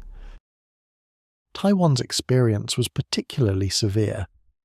The island nation saw ketamine use explode among teenagers in the early 2000s, with some high schools reporting that 20 to 30% of students had tried it. Emergency rooms treated adolescents as young as 13 for ketamine-related medical complications. The bladder damage appeared even faster in young users, sometimes developing after just months of regular use rather than the years typically required in adults. Taiwanese urologists performed reconstructive bladder surgeries on teenagers, confronting medical problems they'd never expected to see in pediatric populations.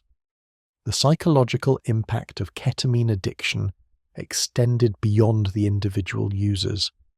Families watched loved ones deteriorate into dissociative ghosts who were physically present but mentally absent.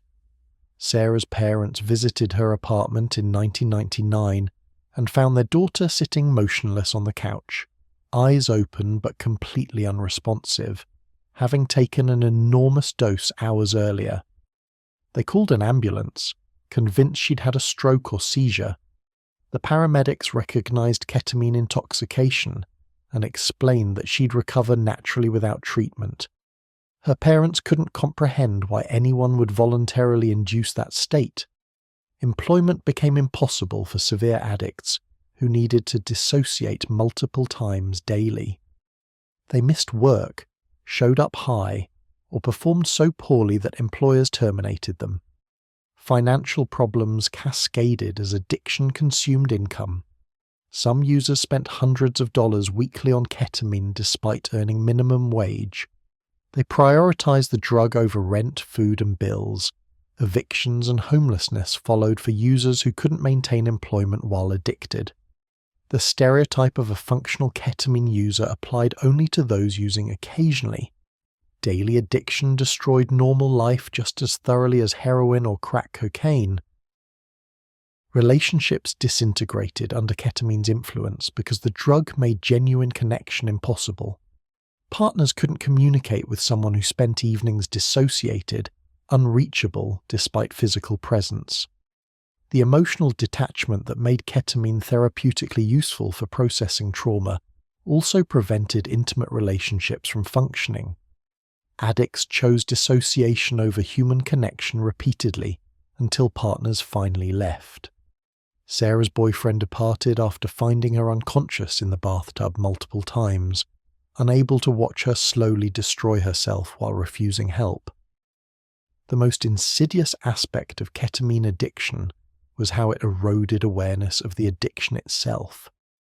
The dissociation that users sought as escape also prevented them from recognizing how severely their lives were deteriorating. Someone might lose their job, relationship, and health while feeling emotionally detached from all those losses. The K-hole provided relief from awareness of consequences. By the time addiction became undeniable, many users had inflicted irreversible damage, bladder destruction, cognitive impairment, social isolation, that would persist even if they achieved sobriety. Treatment centers began developing specialized protocols for ketamine addiction in the mid-2000s, recognizing that standard approaches didn't work. The focus shifted to helping patients tolerate normal consciousness without dissociation's relief. This meant aggressive treatment of underlying mental health issues, teaching distress tolerance skills, and creating lives worth being present for. Success rates remained lower than for many other substance use disorders because ketamine offered something unique, complete escape from selfhood, that many patients couldn't relinquish even when facing severe consequences. By 2008, ketamine addiction had become a recognized public health problem globally, affecting hundreds of thousands of users worldwide. The drug that started as a battlefield anesthetic and party novelty had revealed its capacity for destruction when used compulsively. Sarah spent 3 years reconstructing her life after bladder surgery, relearning how to tolerate existing in ordinary awareness without chemical escape. She'd survive but never fully recover. The K-hole she'd explored so eagerly had taken pieces of her that couldn't be retrieved. Memories, health, years that had vanished into dissociation's void.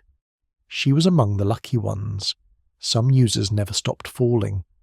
Dr. John Crystal stood in his Yale laboratory in 2000, reviewing data that made no sense according to everything psychiatry understood about depression. His research team had administered single intravenous doses of ketamine to patients with severe, treatment-resistant depression. People who'd failed 4 or more antidepressants over years of suffering. The patients had improved within hours, not gradually over weeks like traditional antidepressants, not modestly like most psychiatric medications. They'd experienced dramatic relief from suicidal depression faster than any drug in psychiatric history had ever produced. The mechanism was revolutionary and completely unexpected. Every antidepressant on the market in 2000 worked by increasing serotonin, norepinephrine, or dopamine levels in synapses between neurons. The theory had dominated psychiatry for 40 years.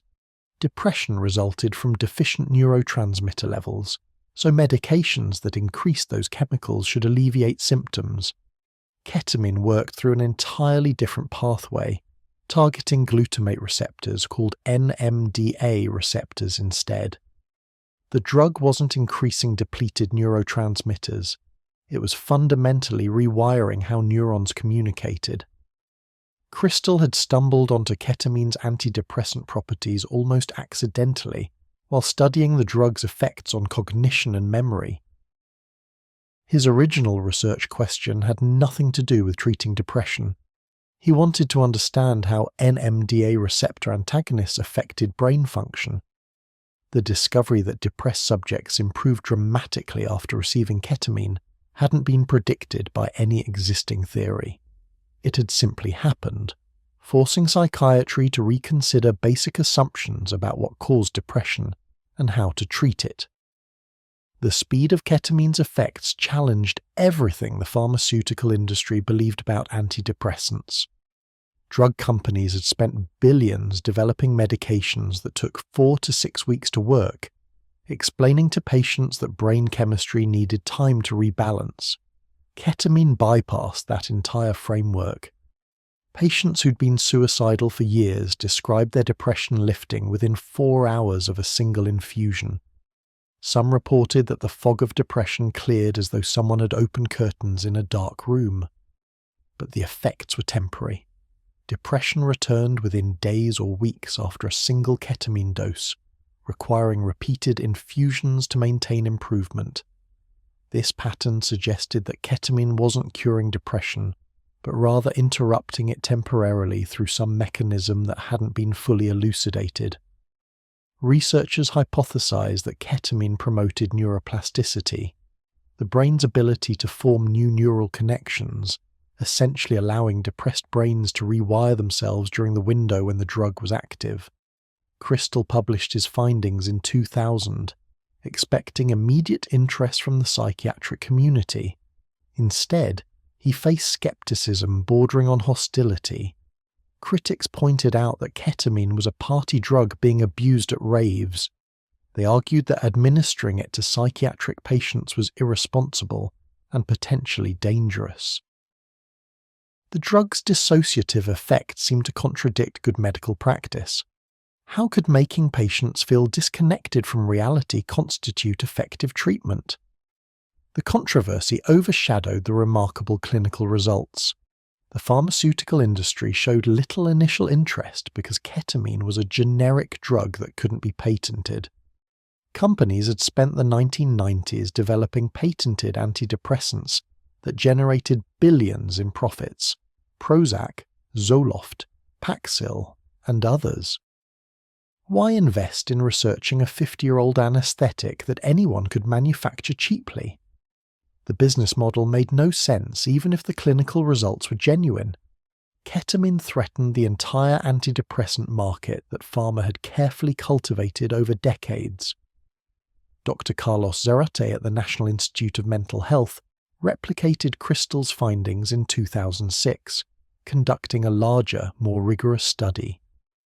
Zarate's research showed that 18 patients with treatment-resistant depression improved significantly within 24 hours of receiving ketamine infusions. 70% showed substantial symptom reduction.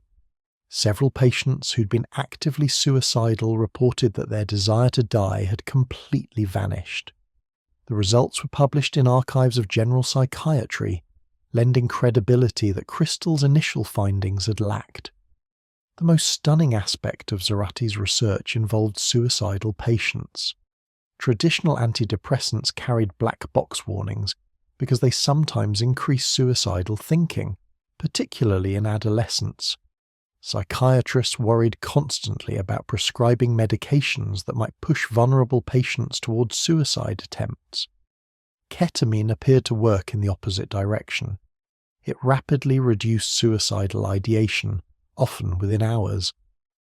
Patients who'd been planning their deaths reported that the overwhelming urge to end their lives had simply evaporated.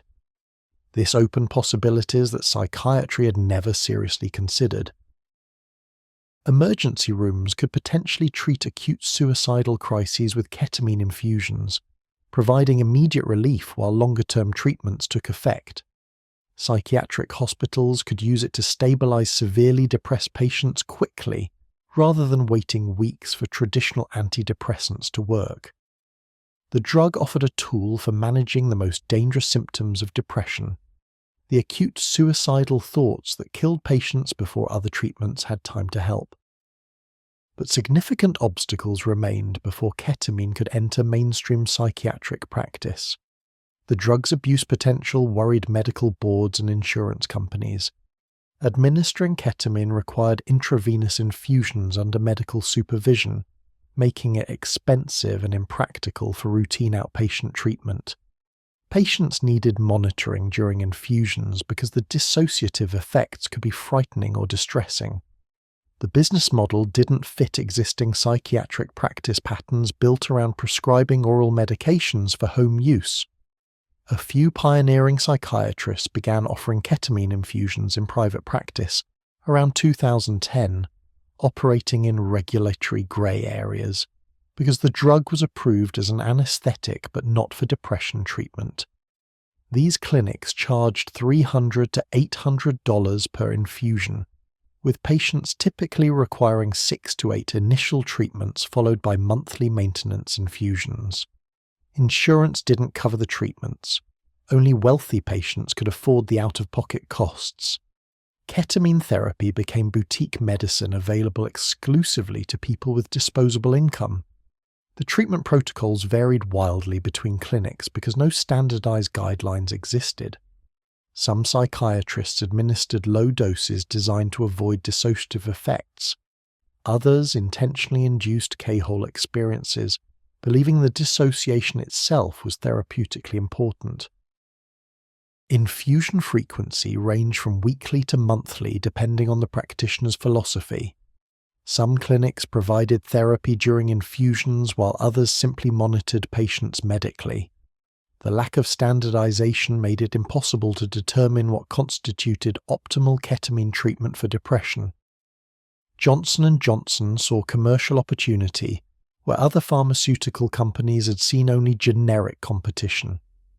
The company developed Esketamine, a ketamine variant consisting of only one of ketamine's two molecular mirror images. This allowed them to patent the formulation and seek FDA approval for a new drug rather than a new use of an existing generic. Johnson & Johnson's Esketamine, branded as Spravato, was designed as a nasal spray rather than intravenous infusion, making administration simpler and more practical for outpatient settings. The FDA fast-tracked Spravato's approval process, recognizing the urgent need for new depression treatments. In March 2019, the agency approved Esketamine specifically for treatment-resistant depression, the first truly novel antidepressant mechanism approved in decades. The decision was controversial because the clinical trial showed modest benefits and significant safety concerns.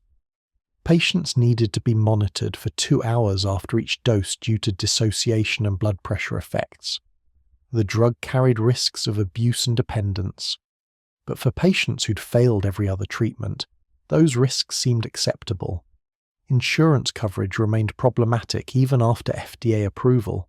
Companies balked at paying for expensive ketamine treatments when cheaper antidepressants existed. Insurers required patients to fail multiple traditional antidepressants before approving Spravato, creating barriers that delayed access for desperate patients. Some insurers denied coverage entirely, arguing the treatment was experimental despite FDA approval. The cost, over $800 per treatment, made it inaccessible without insurance coverage for most patients. The medical community split sharply over ketamine's role in psychiatry. Conservative practitioners worried about normalizing a drug that caused dissociation and had addiction potential. They questioned whether rapidly alleviating depression symptoms without addressing underlying causes represented genuine treatment or just symptom suppression. Progressive psychiatrists argued that suicidal patients didn't have time to wait for traditional treatments to work. They needed immediate intervention, and ketamine provided that. The debate became ideological rather than purely scientific. Research continued revealing surprising aspects of ketamine's antidepressant mechanism.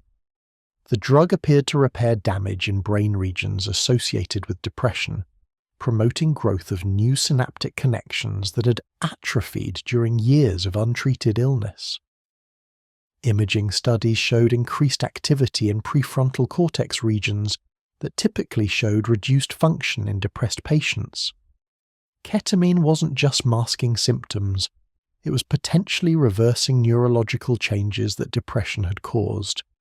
The implications were enormous if further research confirmed these findings.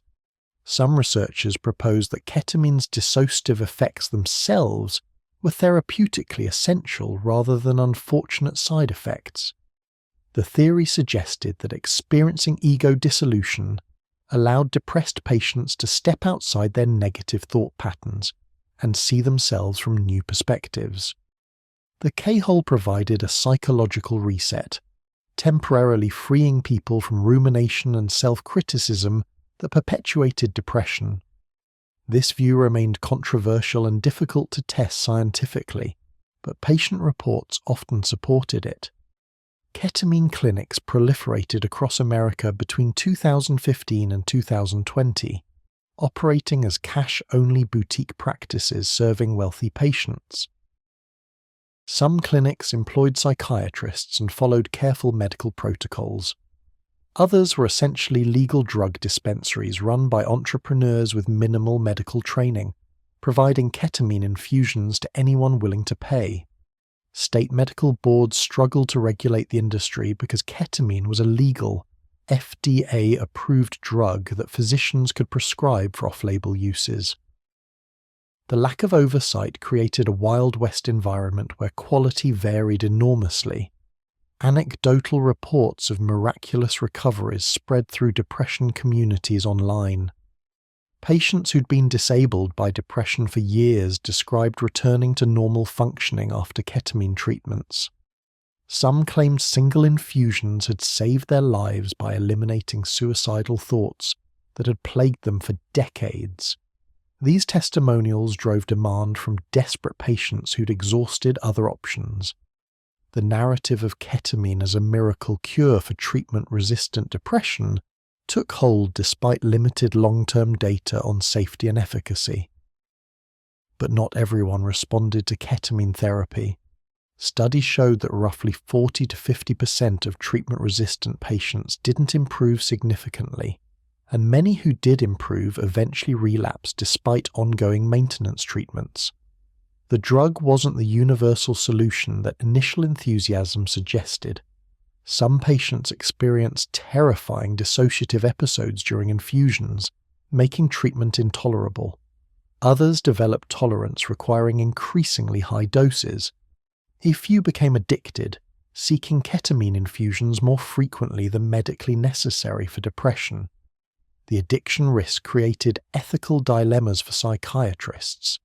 How could they distinguish patients whose frequent treatment request represented genuine depression recurrence from those developing ketamine addiction? The line between medical treatment and drug-seeking behavior became blurry when the medication itself was an abusable dissociative. Some clinics implemented strict protocols limiting treatment frequency. Others provided ketamine on demand, prioritizing patient autonomy over addiction concerns. The profession lacked consensus on appropriate boundaries. Research into ketamine derivatives accelerated as pharmaceutical companies recognized the market potential. Dozens of compounds targeting NMDA receptors entered clinical trials, each company hoping to develop a patentable ketamine-like drug without the dissociative side effects or abuse potential. Some showed promise in early studies. Others failed to produce ketamine's rapid antidepressant effects when they eliminated dissociation, suggesting the two properties might be inseparable. By 2020, ketamine occupied a strange position in psychiatry, simultaneously breakthrough treatment and controversial liability. Major academic medical centers offered ketamine infusions while publishing research on its mechanisms. Addiction specialists warned about the drug's abuse potential, while psychiatrists celebrated its life-saving effects on suicidal patients. The same molecule that destroyed bladders in recreational users provided hope to people who'd exhausted every other depression treatment. Ketamine had become medicine's most paradoxical drug, equally capable of harm and healing depending entirely on context and dosing. The COVID-19 pandemic accelerated ketamine adoption as depression and anxiety rates soared. Psychiatrists facing unprecedented patient volumes turned to ketamine for its rapid effects. Some clinics shifted to telemedicine, prescribing oral ketamine lozenges that patients could take at home, a significant departure from the carefully monitored infusion model. This expansion raised new safety concerns, but also improved access for patients who couldn't afford expensive clinic visits or lived far from ketamine treatment centers. The story had come full circle in unexpected ways. Ketamine started as a battlefield anesthetic, became a party drug, destroyed lives through addiction, and emerged as psychiatry's most promising new treatment in decades. The horse tranquilizer that ravers snorted off bathroom counters was now being administered in pristine medical offices to suicidal executives and suburban mothers. Calvin Stevens's accidental discovery had taken 60 years to reveal its full significance. The dissociation that made ketamine dangerous also made it therapeutically unique. Medicine had learned to harness what recreational users had discovered through experimentation, that temporarily leaving consciousness behind could be healing under the right circumstances. The question was whether society could maintain that distinction. TikTok's algorithm discovered ketamine in 2020, and the drug's cultural trajectory changed overnight. A 17-year-old in Manchester posted a video of herself stumbling around her bedroom, eyes unfocused and movements uncoordinated, with the caption "POV, you're in the K-hole." The video received 3 million views in 48 hours. Within weeks, thousands of teenagers were posting similar content, documenting their dissociative experiences for audiences who'd never heard of ketamine before seeing it performed for social media engagement. The aesthetic was deliberate and calculated. Videos featured dark rooms illuminated by LED strips casting purple and blue light across dissociated faces. Users filmed themselves from unflattering angles that emphasized their disconnection from normal awareness. Extreme close-ups of dilated pupils, shaky footage of wobbling movements, time-lapse sequences showing hours of motionless staring. The content glamorized dissociation as edgy and artistic, rather than presenting it as drug intoxication. Comment sections filled with teenagers asking where to find ketamine and how much to take. Instagram accounts dedicated to ketamine culture accumulated hundreds of thousands of followers by 2021. These pages posted memes about K-holes, photos of ketamine powder arranged artistically, and quotes from users describing their dissociative experiences in quasi-mystical terms. The imagery borrowed heavily from vaporwave and cyberpunk aesthetics, neon grids, retro computer graphics, glitch effects. Ketamine became associated with a specific visual style that Generation Z recognized immediately. The drug wasn't just a substance, it had become an aesthetic movement. The social media amplification reached users who would never have encountered ketamine through traditional drug culture pathways. Suburban teenagers with no connection to rave scenes or party drugs found ketamine through algorithms that served them content based on viewing patterns. Someone who watched videos about mental health or psychedelics would suddenly receive recommendations for ketamine content. The platform's engagement optimization inadvertently created drug distribution networks more efficient than any dealer network. Snapchat became the primary marketplace for Generation Z drug transactions by 2020. Dealers created accounts using coded language and emojis, advertising their inventory through stories visible only to approved contacts. Ketamine sellers used horse emojis or the letter K. Buyers would screenshot the story, send a direct message, and arrange purchases through encrypted conversations that disappeared automatically. Law enforcement struggled to monitor sales that left no permanent records and occurred through platforms designed specifically to prevent surveillance. Telegram channels offered bulk ketamine sales, connecting buyers directly with suppliers who shipped packages through mail services. These channels operated openly, with thousands of members discussing dosing, purity, and vendor reliability. The darknet markets that had dominated online drug sales in the 2000s were becoming obsolete, replaced by conventional social media platforms whose encryption and ephemerality made law enforcement interdiction nearly impossible. A teenager in Iowa could order pharmaceutical-grade ketamine from a supplier in Europe with less effort than buying alcohol illegally. The COVID-19 pandemic accelerated ketamine use dramatically among young people, trapped in lockdowns with minimal supervision and overwhelming anxiety. Emergency room visits involving ketamine increased 40% between March 2020 and March 2021, according to the DEA's reporting. Teenagers discovered that ketamine provided escape from pandemic isolation and existential dread. The drug's short duration made it practical for home use. Parents wouldn't notice their kids being dissociated for 30 minutes in their bedrooms. Unlike alcohol, ketamine left no telltale breath or obvious intoxication signs once effects wore off. College campuses reported ketamine replacing cocaine as the party drug of choice by 2021. The shift reflected changing priorities among young users. Cocaine provided energy and confidence, appealing for social situations and nightlife.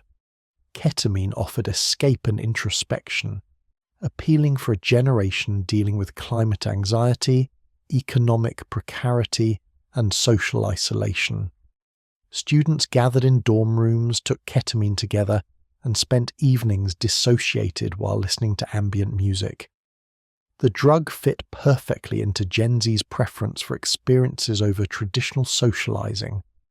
Music festivals returning after pandemic cancellation saw ketamine use that shocked even experienced festival security staff. Medical tents at Coachella 2022 treated twice as many ketamine-related cases as in 2019. A festival in Florida reported finding over 300 unconscious attendees scattered across the grounds during a single evening. Most had simply taken too much ketamine and collapsed into K-holes.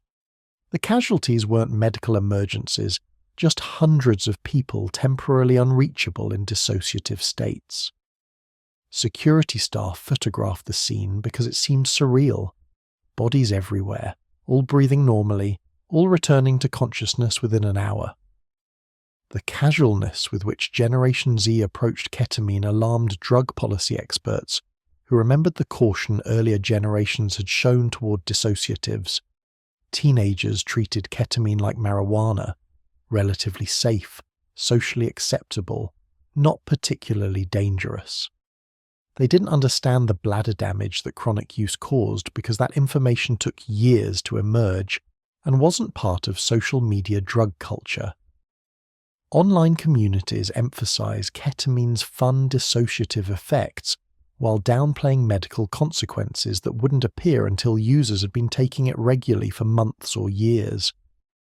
Reddit forums dedicated to ketamine contained thousands of posts from users documenting their escalating consumption. Someone would start by posting about trying ketamine at a party and enjoying it.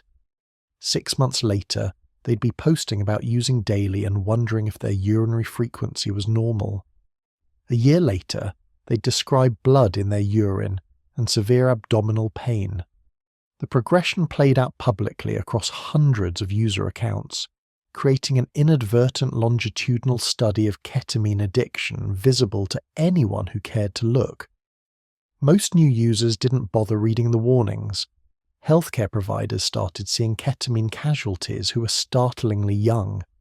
A pediatric urologist in Seattle operated on a 15-year-old girl whose bladder had been destroyed by 18 months of daily ketamine use.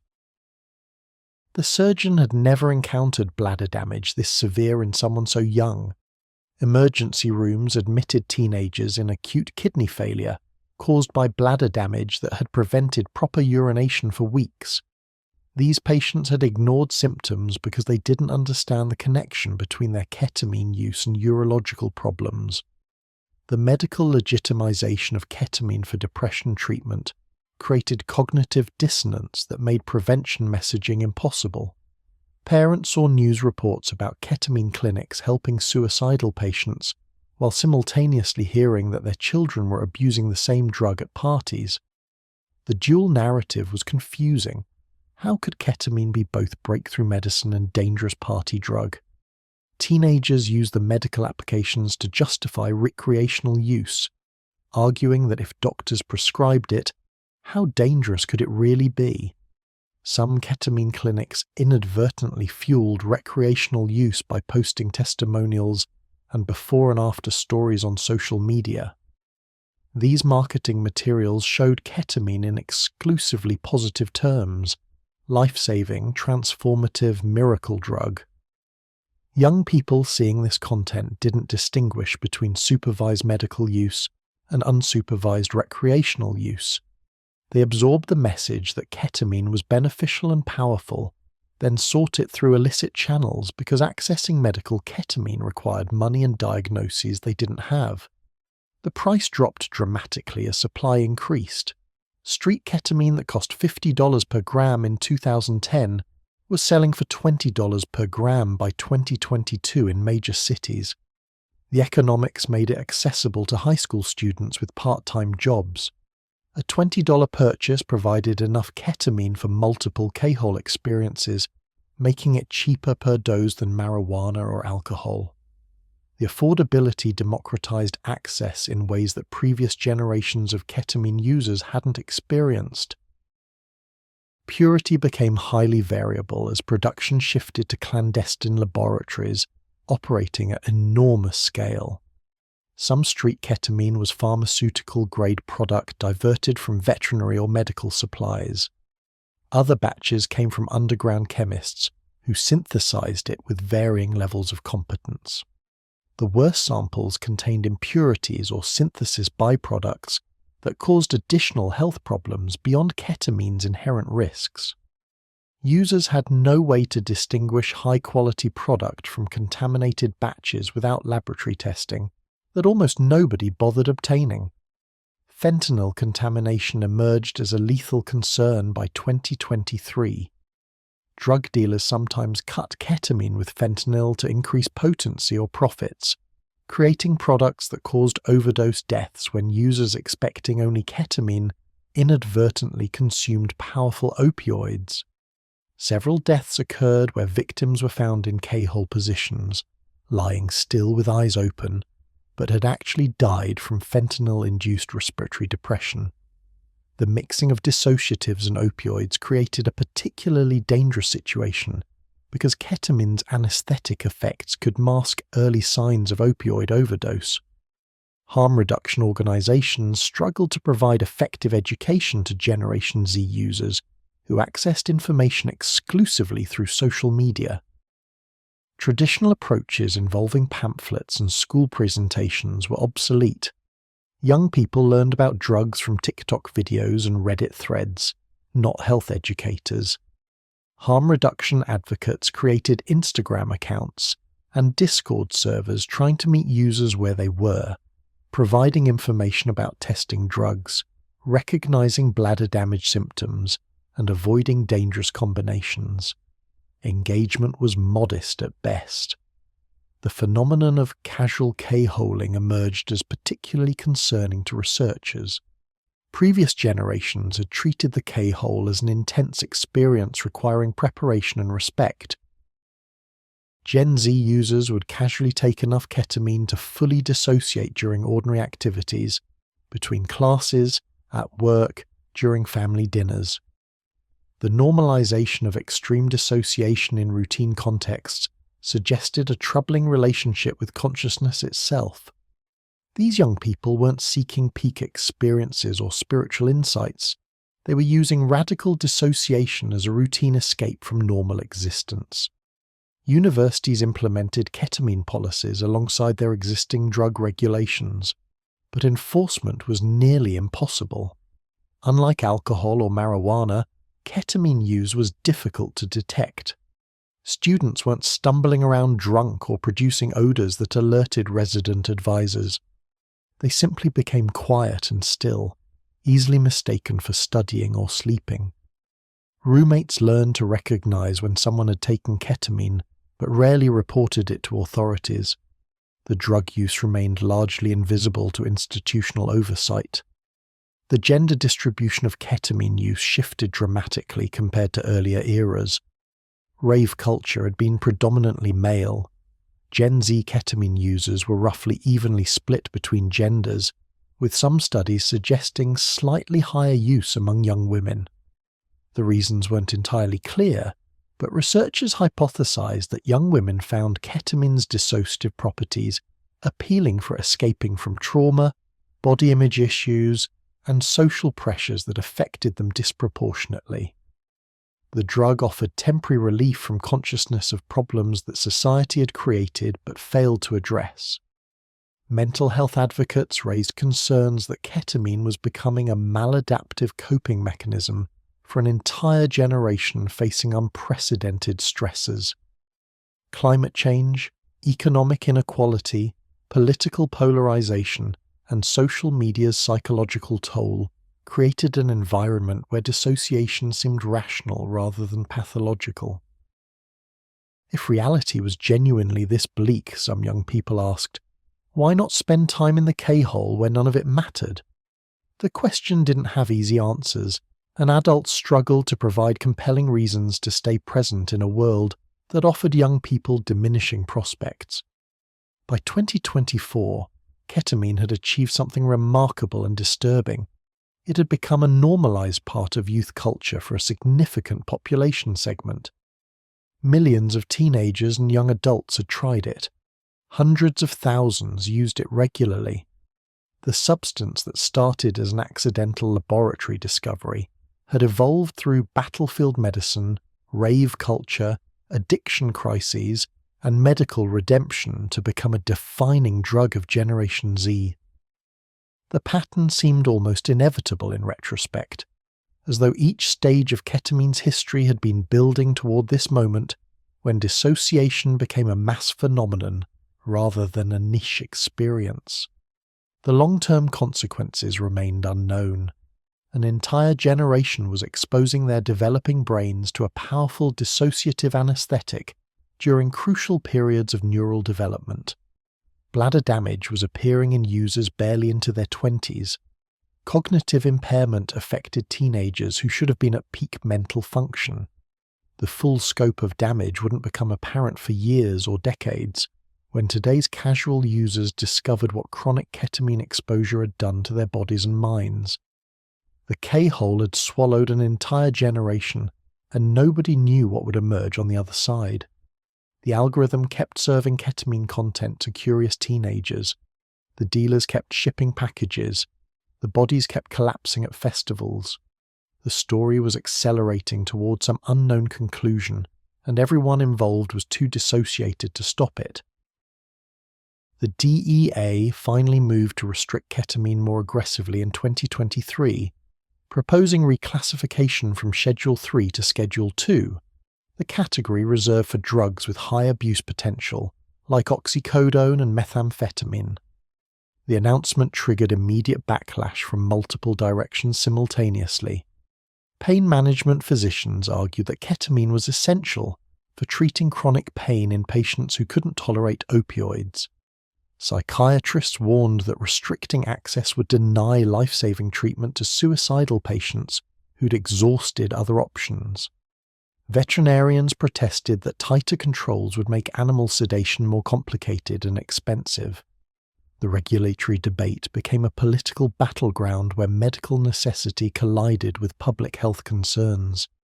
Ketamine clinic operators fought the reclassification most aggressively, recognizing that Schedule 2 designation would impose stricter record-keeping requirements, prescription limitations, and increased scrutiny from regulators. Many clinics operated in regulatory grey areas, providing ketamine to patients whose depression diagnoses were questionable at best. Tighter controls would force these operations to either comply with rigorous standards or shut down entirely.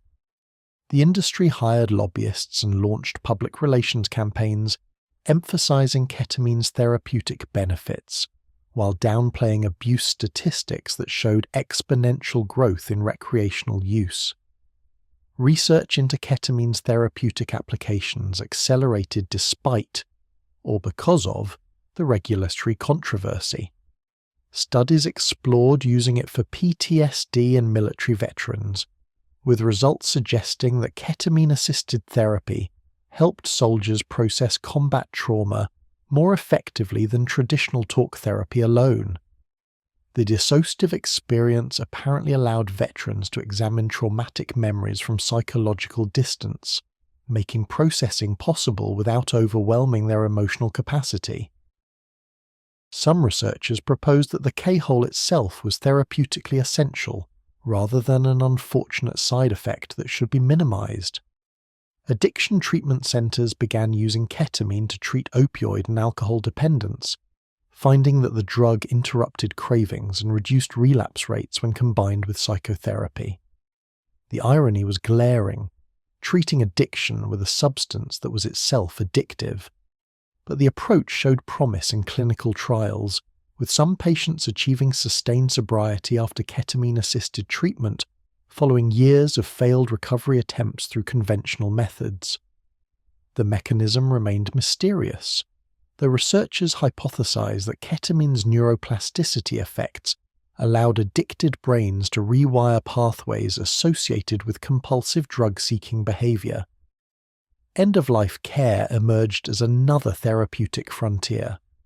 Palliative care physicians discovered that ketamine helped terminally ill patients cope with existential distress and death anxiety. Cancer patients receiving ketamine therapy reported reduced fear of dying and increased acceptance of mortality.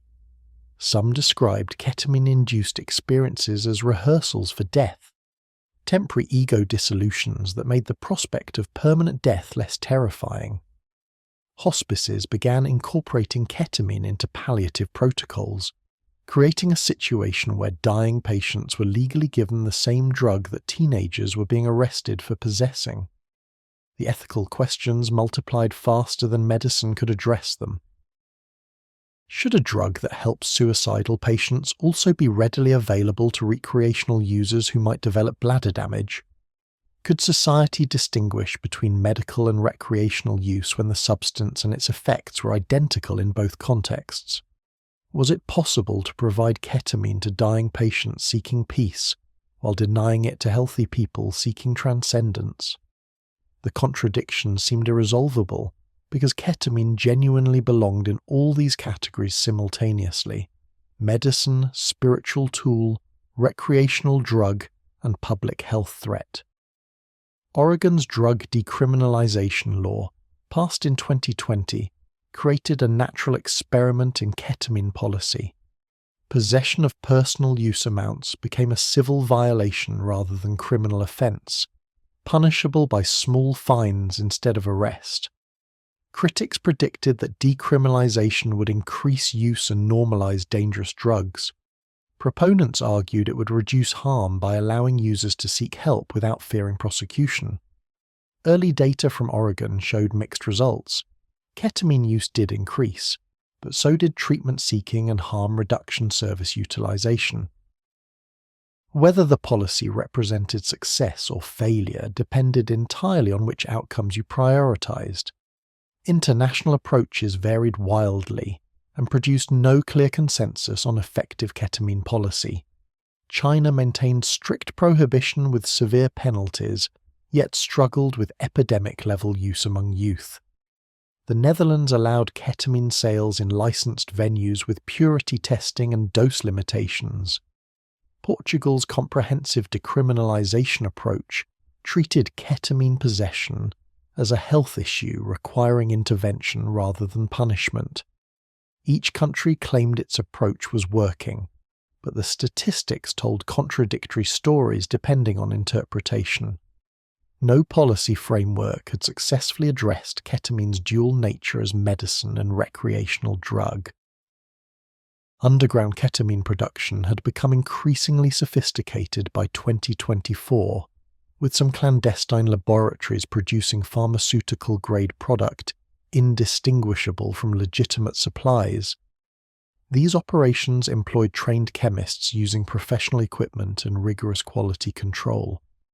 The ketamine they manufactured was arguably safer than products from less competent underground chemists, raising uncomfortable questions about whether illegal production could actually serve harm reduction by providing cleaner drugs than street-level alternatives. Law enforcement couldn't acknowledge this reality without implicitly endorsing illegal manufacturing. Pharmaceutical companies continued developing ketamine derivatives, hoping to separate therapeutic effects from dissociative side effects and abuse potential. Dozens of compounds were in various stages of clinical trials, each promising ketamine's benefits without its problems. Most failed to deliver. Compounds that eliminated dissociation also lost rapid antidepressant effects, suggesting the two properties were intrinsically linked. A few derivatives showed promise, but none had yet proven superior to ketamine itself. The pharmaceutical industry was spending billions trying to improve on Calvin Stevens' accidental 1962 discovery, with limited success after 60 years of effort. The ketamine clinic industry continued expanding despite regulatory uncertainty, with over 500 clinics operating across America by 2024. Quality remained highly variable. Elite clinics employed board-certified psychiatrists, used evidence-based protocols, and provided comprehensive mental health support alongside ketamine administration. Lower-end operations were essentially legal drug dispensaries where nurses administered ketamine to anyone willing to pay with minimal screening or follow-up care. Some clinics had become addiction treatment centers by default, treating patients whose ketamine use had progressed from therapeutic to compulsive. Telemedicine ketamine prescribing exploded during the pandemic and continued growing afterward despite safety concerns. Companies shipped ketamine lozenges or nasal spray directly to patients who'd completed brief online consultations with prescribers they'd never met in person. The convenience appealed to patients who couldn't access traditional clinics due to cost, location, or time constraints. But it also enabled questionable prescribing practices where patients received ketamine without proper psychiatric evaluation or monitoring. Some users were essentially accessing legal ketamine for recreational use through medical loopholes, ordering prescriptions from multiple providers simultaneously to obtain quantities exceeding therapeutic needs. The bladder damage crisis intensified as more long-term users reached the point where chronic use caused irreversible urological destruction. Reconstructive urologists reported performing bladder surgeries on patients as young as 19 who'd used ketamine heavily for just 2 or 3 years. Some cases were so severe that complete bladder removal was necessary, leaving patients dependent on urostomy bags for life. The medical system wasn't prepared to handle the volume of young people requiring complex urological reconstruction. Wait times for surgery extended to months, while patients suffered agonizing symptoms that no medication could adequately control. Research finally identified the mechanism behind ketamine-induced bladder damage in 2022. The drug and its metabolites directly damaged bladder tissue through toxic effects that worsened with repeated exposure. There was no safe use level for preventing damage. Any chronic ketamine use carried risk, with severity correlating to dosage and frequency. This finding complicated medical use because even therapeutic ketamine administration could potentially cause bladder problems if continued long-term. Psychiatrists faced the uncomfortable reality that the treatment helping their suicidal patients might be destroying their bladders simultaneously. Cognitive impairment research revealed similarly troubling findings.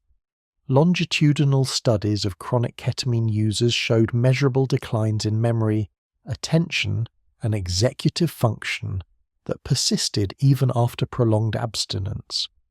The drug apparently caused lasting changes in brain structure and connectivity, particularly in regions responsible for memory formation and retrieval. Some impairment reversed with abstinence, but other damage appeared permanent. Young people who'd used ketamine heavily during adolescence, when their brains were still developing, showed the most severe and persistent cognitive problems. The question of whether ketamine revealed genuine metaphysical realities or simply produced consistent hallucinations remained unresolved, and probably unresolvable through scientific methods. Thousands of users reported encountering similar archetypal experiences: tunnels of light, meetings with deceased relatives, communication with non-human entities, experiences of cosmic unity. The consistency suggested either universal aspects of human consciousness that ketamine accessed or consistent drug-induced hallucinations that all human brains produced under similar neurochemical conditions. Distinguishing between these possibilities was philosophically and practically impossible. Some researchers proposed that the question itself was meaningless. Whether ketamine experiences were real, in some objective sense, didn't matter as much as whether they were therapeutically or personally valuable to the experiencer. A patient who encountered a deceased parent during a ketamine session and found closure for unresolved grief had benefited regardless of whether the experience reflected actual contact with the dead or a hallucination the patient's mind constructed. The pragmatic approach sidestepped metaphysical questions while acknowledging experiential validity. Celebrity deaths linked to ketamine generated periodic media attention, but failed to significantly impact public perception. Each high-profile case, usually involving ketamine combined with other drugs, triggered brief moral panic followed by rapid return to baseline. The deaths were too infrequent and circumstances too complicated to sustain outrage. Ketamine wasn't killing people at rates comparable to opioids or alcohol. The subtle, long-term damage it caused didn't generate headlines the way sudden overdose deaths did. The drug remained below the cultural radar despite affecting millions of users. The economic incentives ensured ketamine's continued proliferation regardless of policy responses. For dealers, ketamine offered excellent profit margins with lower legal penalties than trafficking opioids or cocaine. For clinics, ketamine patients provided steady revenue streams requiring ongoing treatment rather than one-time purchases. For pharmaceutical companies, new ketamine derivatives represented billion-dollar opportunities in the depression treatment market. Everyone with financial interest in ketamine had reasons to ensure its continued availability, despite mounting evidence of harm to recreational users. Generation Z showed no signs of reducing ketamine use despite the health warnings, bladder damage cases and addiction stories accumulating throughout social media. If anything, use continued accelerating as the drug became more normalized and accessible. Young people had inherited a world where dissociation seemed rational, climate catastrophe looming, economic mobility vanishing, social isolation increasing, political systems failing. The K-hole offered temporary escape from awareness of problems that seemed unsolvable anyway. Previous generations had sought consciousness expansion through psychedelics. Gen Z sought consciousness obliteration through dissociatives. The trajectory suggested ketamine would become more deeply embedded in society rather than declining. Medical applications were expanding as research revealed new therapeutic uses. Recreational use was increasing as social media algorithms promoted drug content to curious teenagers. Production was becoming more sophisticated as underground chemists refined their methods. The regulatory system couldn't effectively control a drug that was simultaneously essential medicine and dangerous intoxicant. Ketamine had achieved something unique in drug history: complete permeation across every level of society, from hospital operating rooms to festival grounds, to suburban bedrooms to psychiatric offices.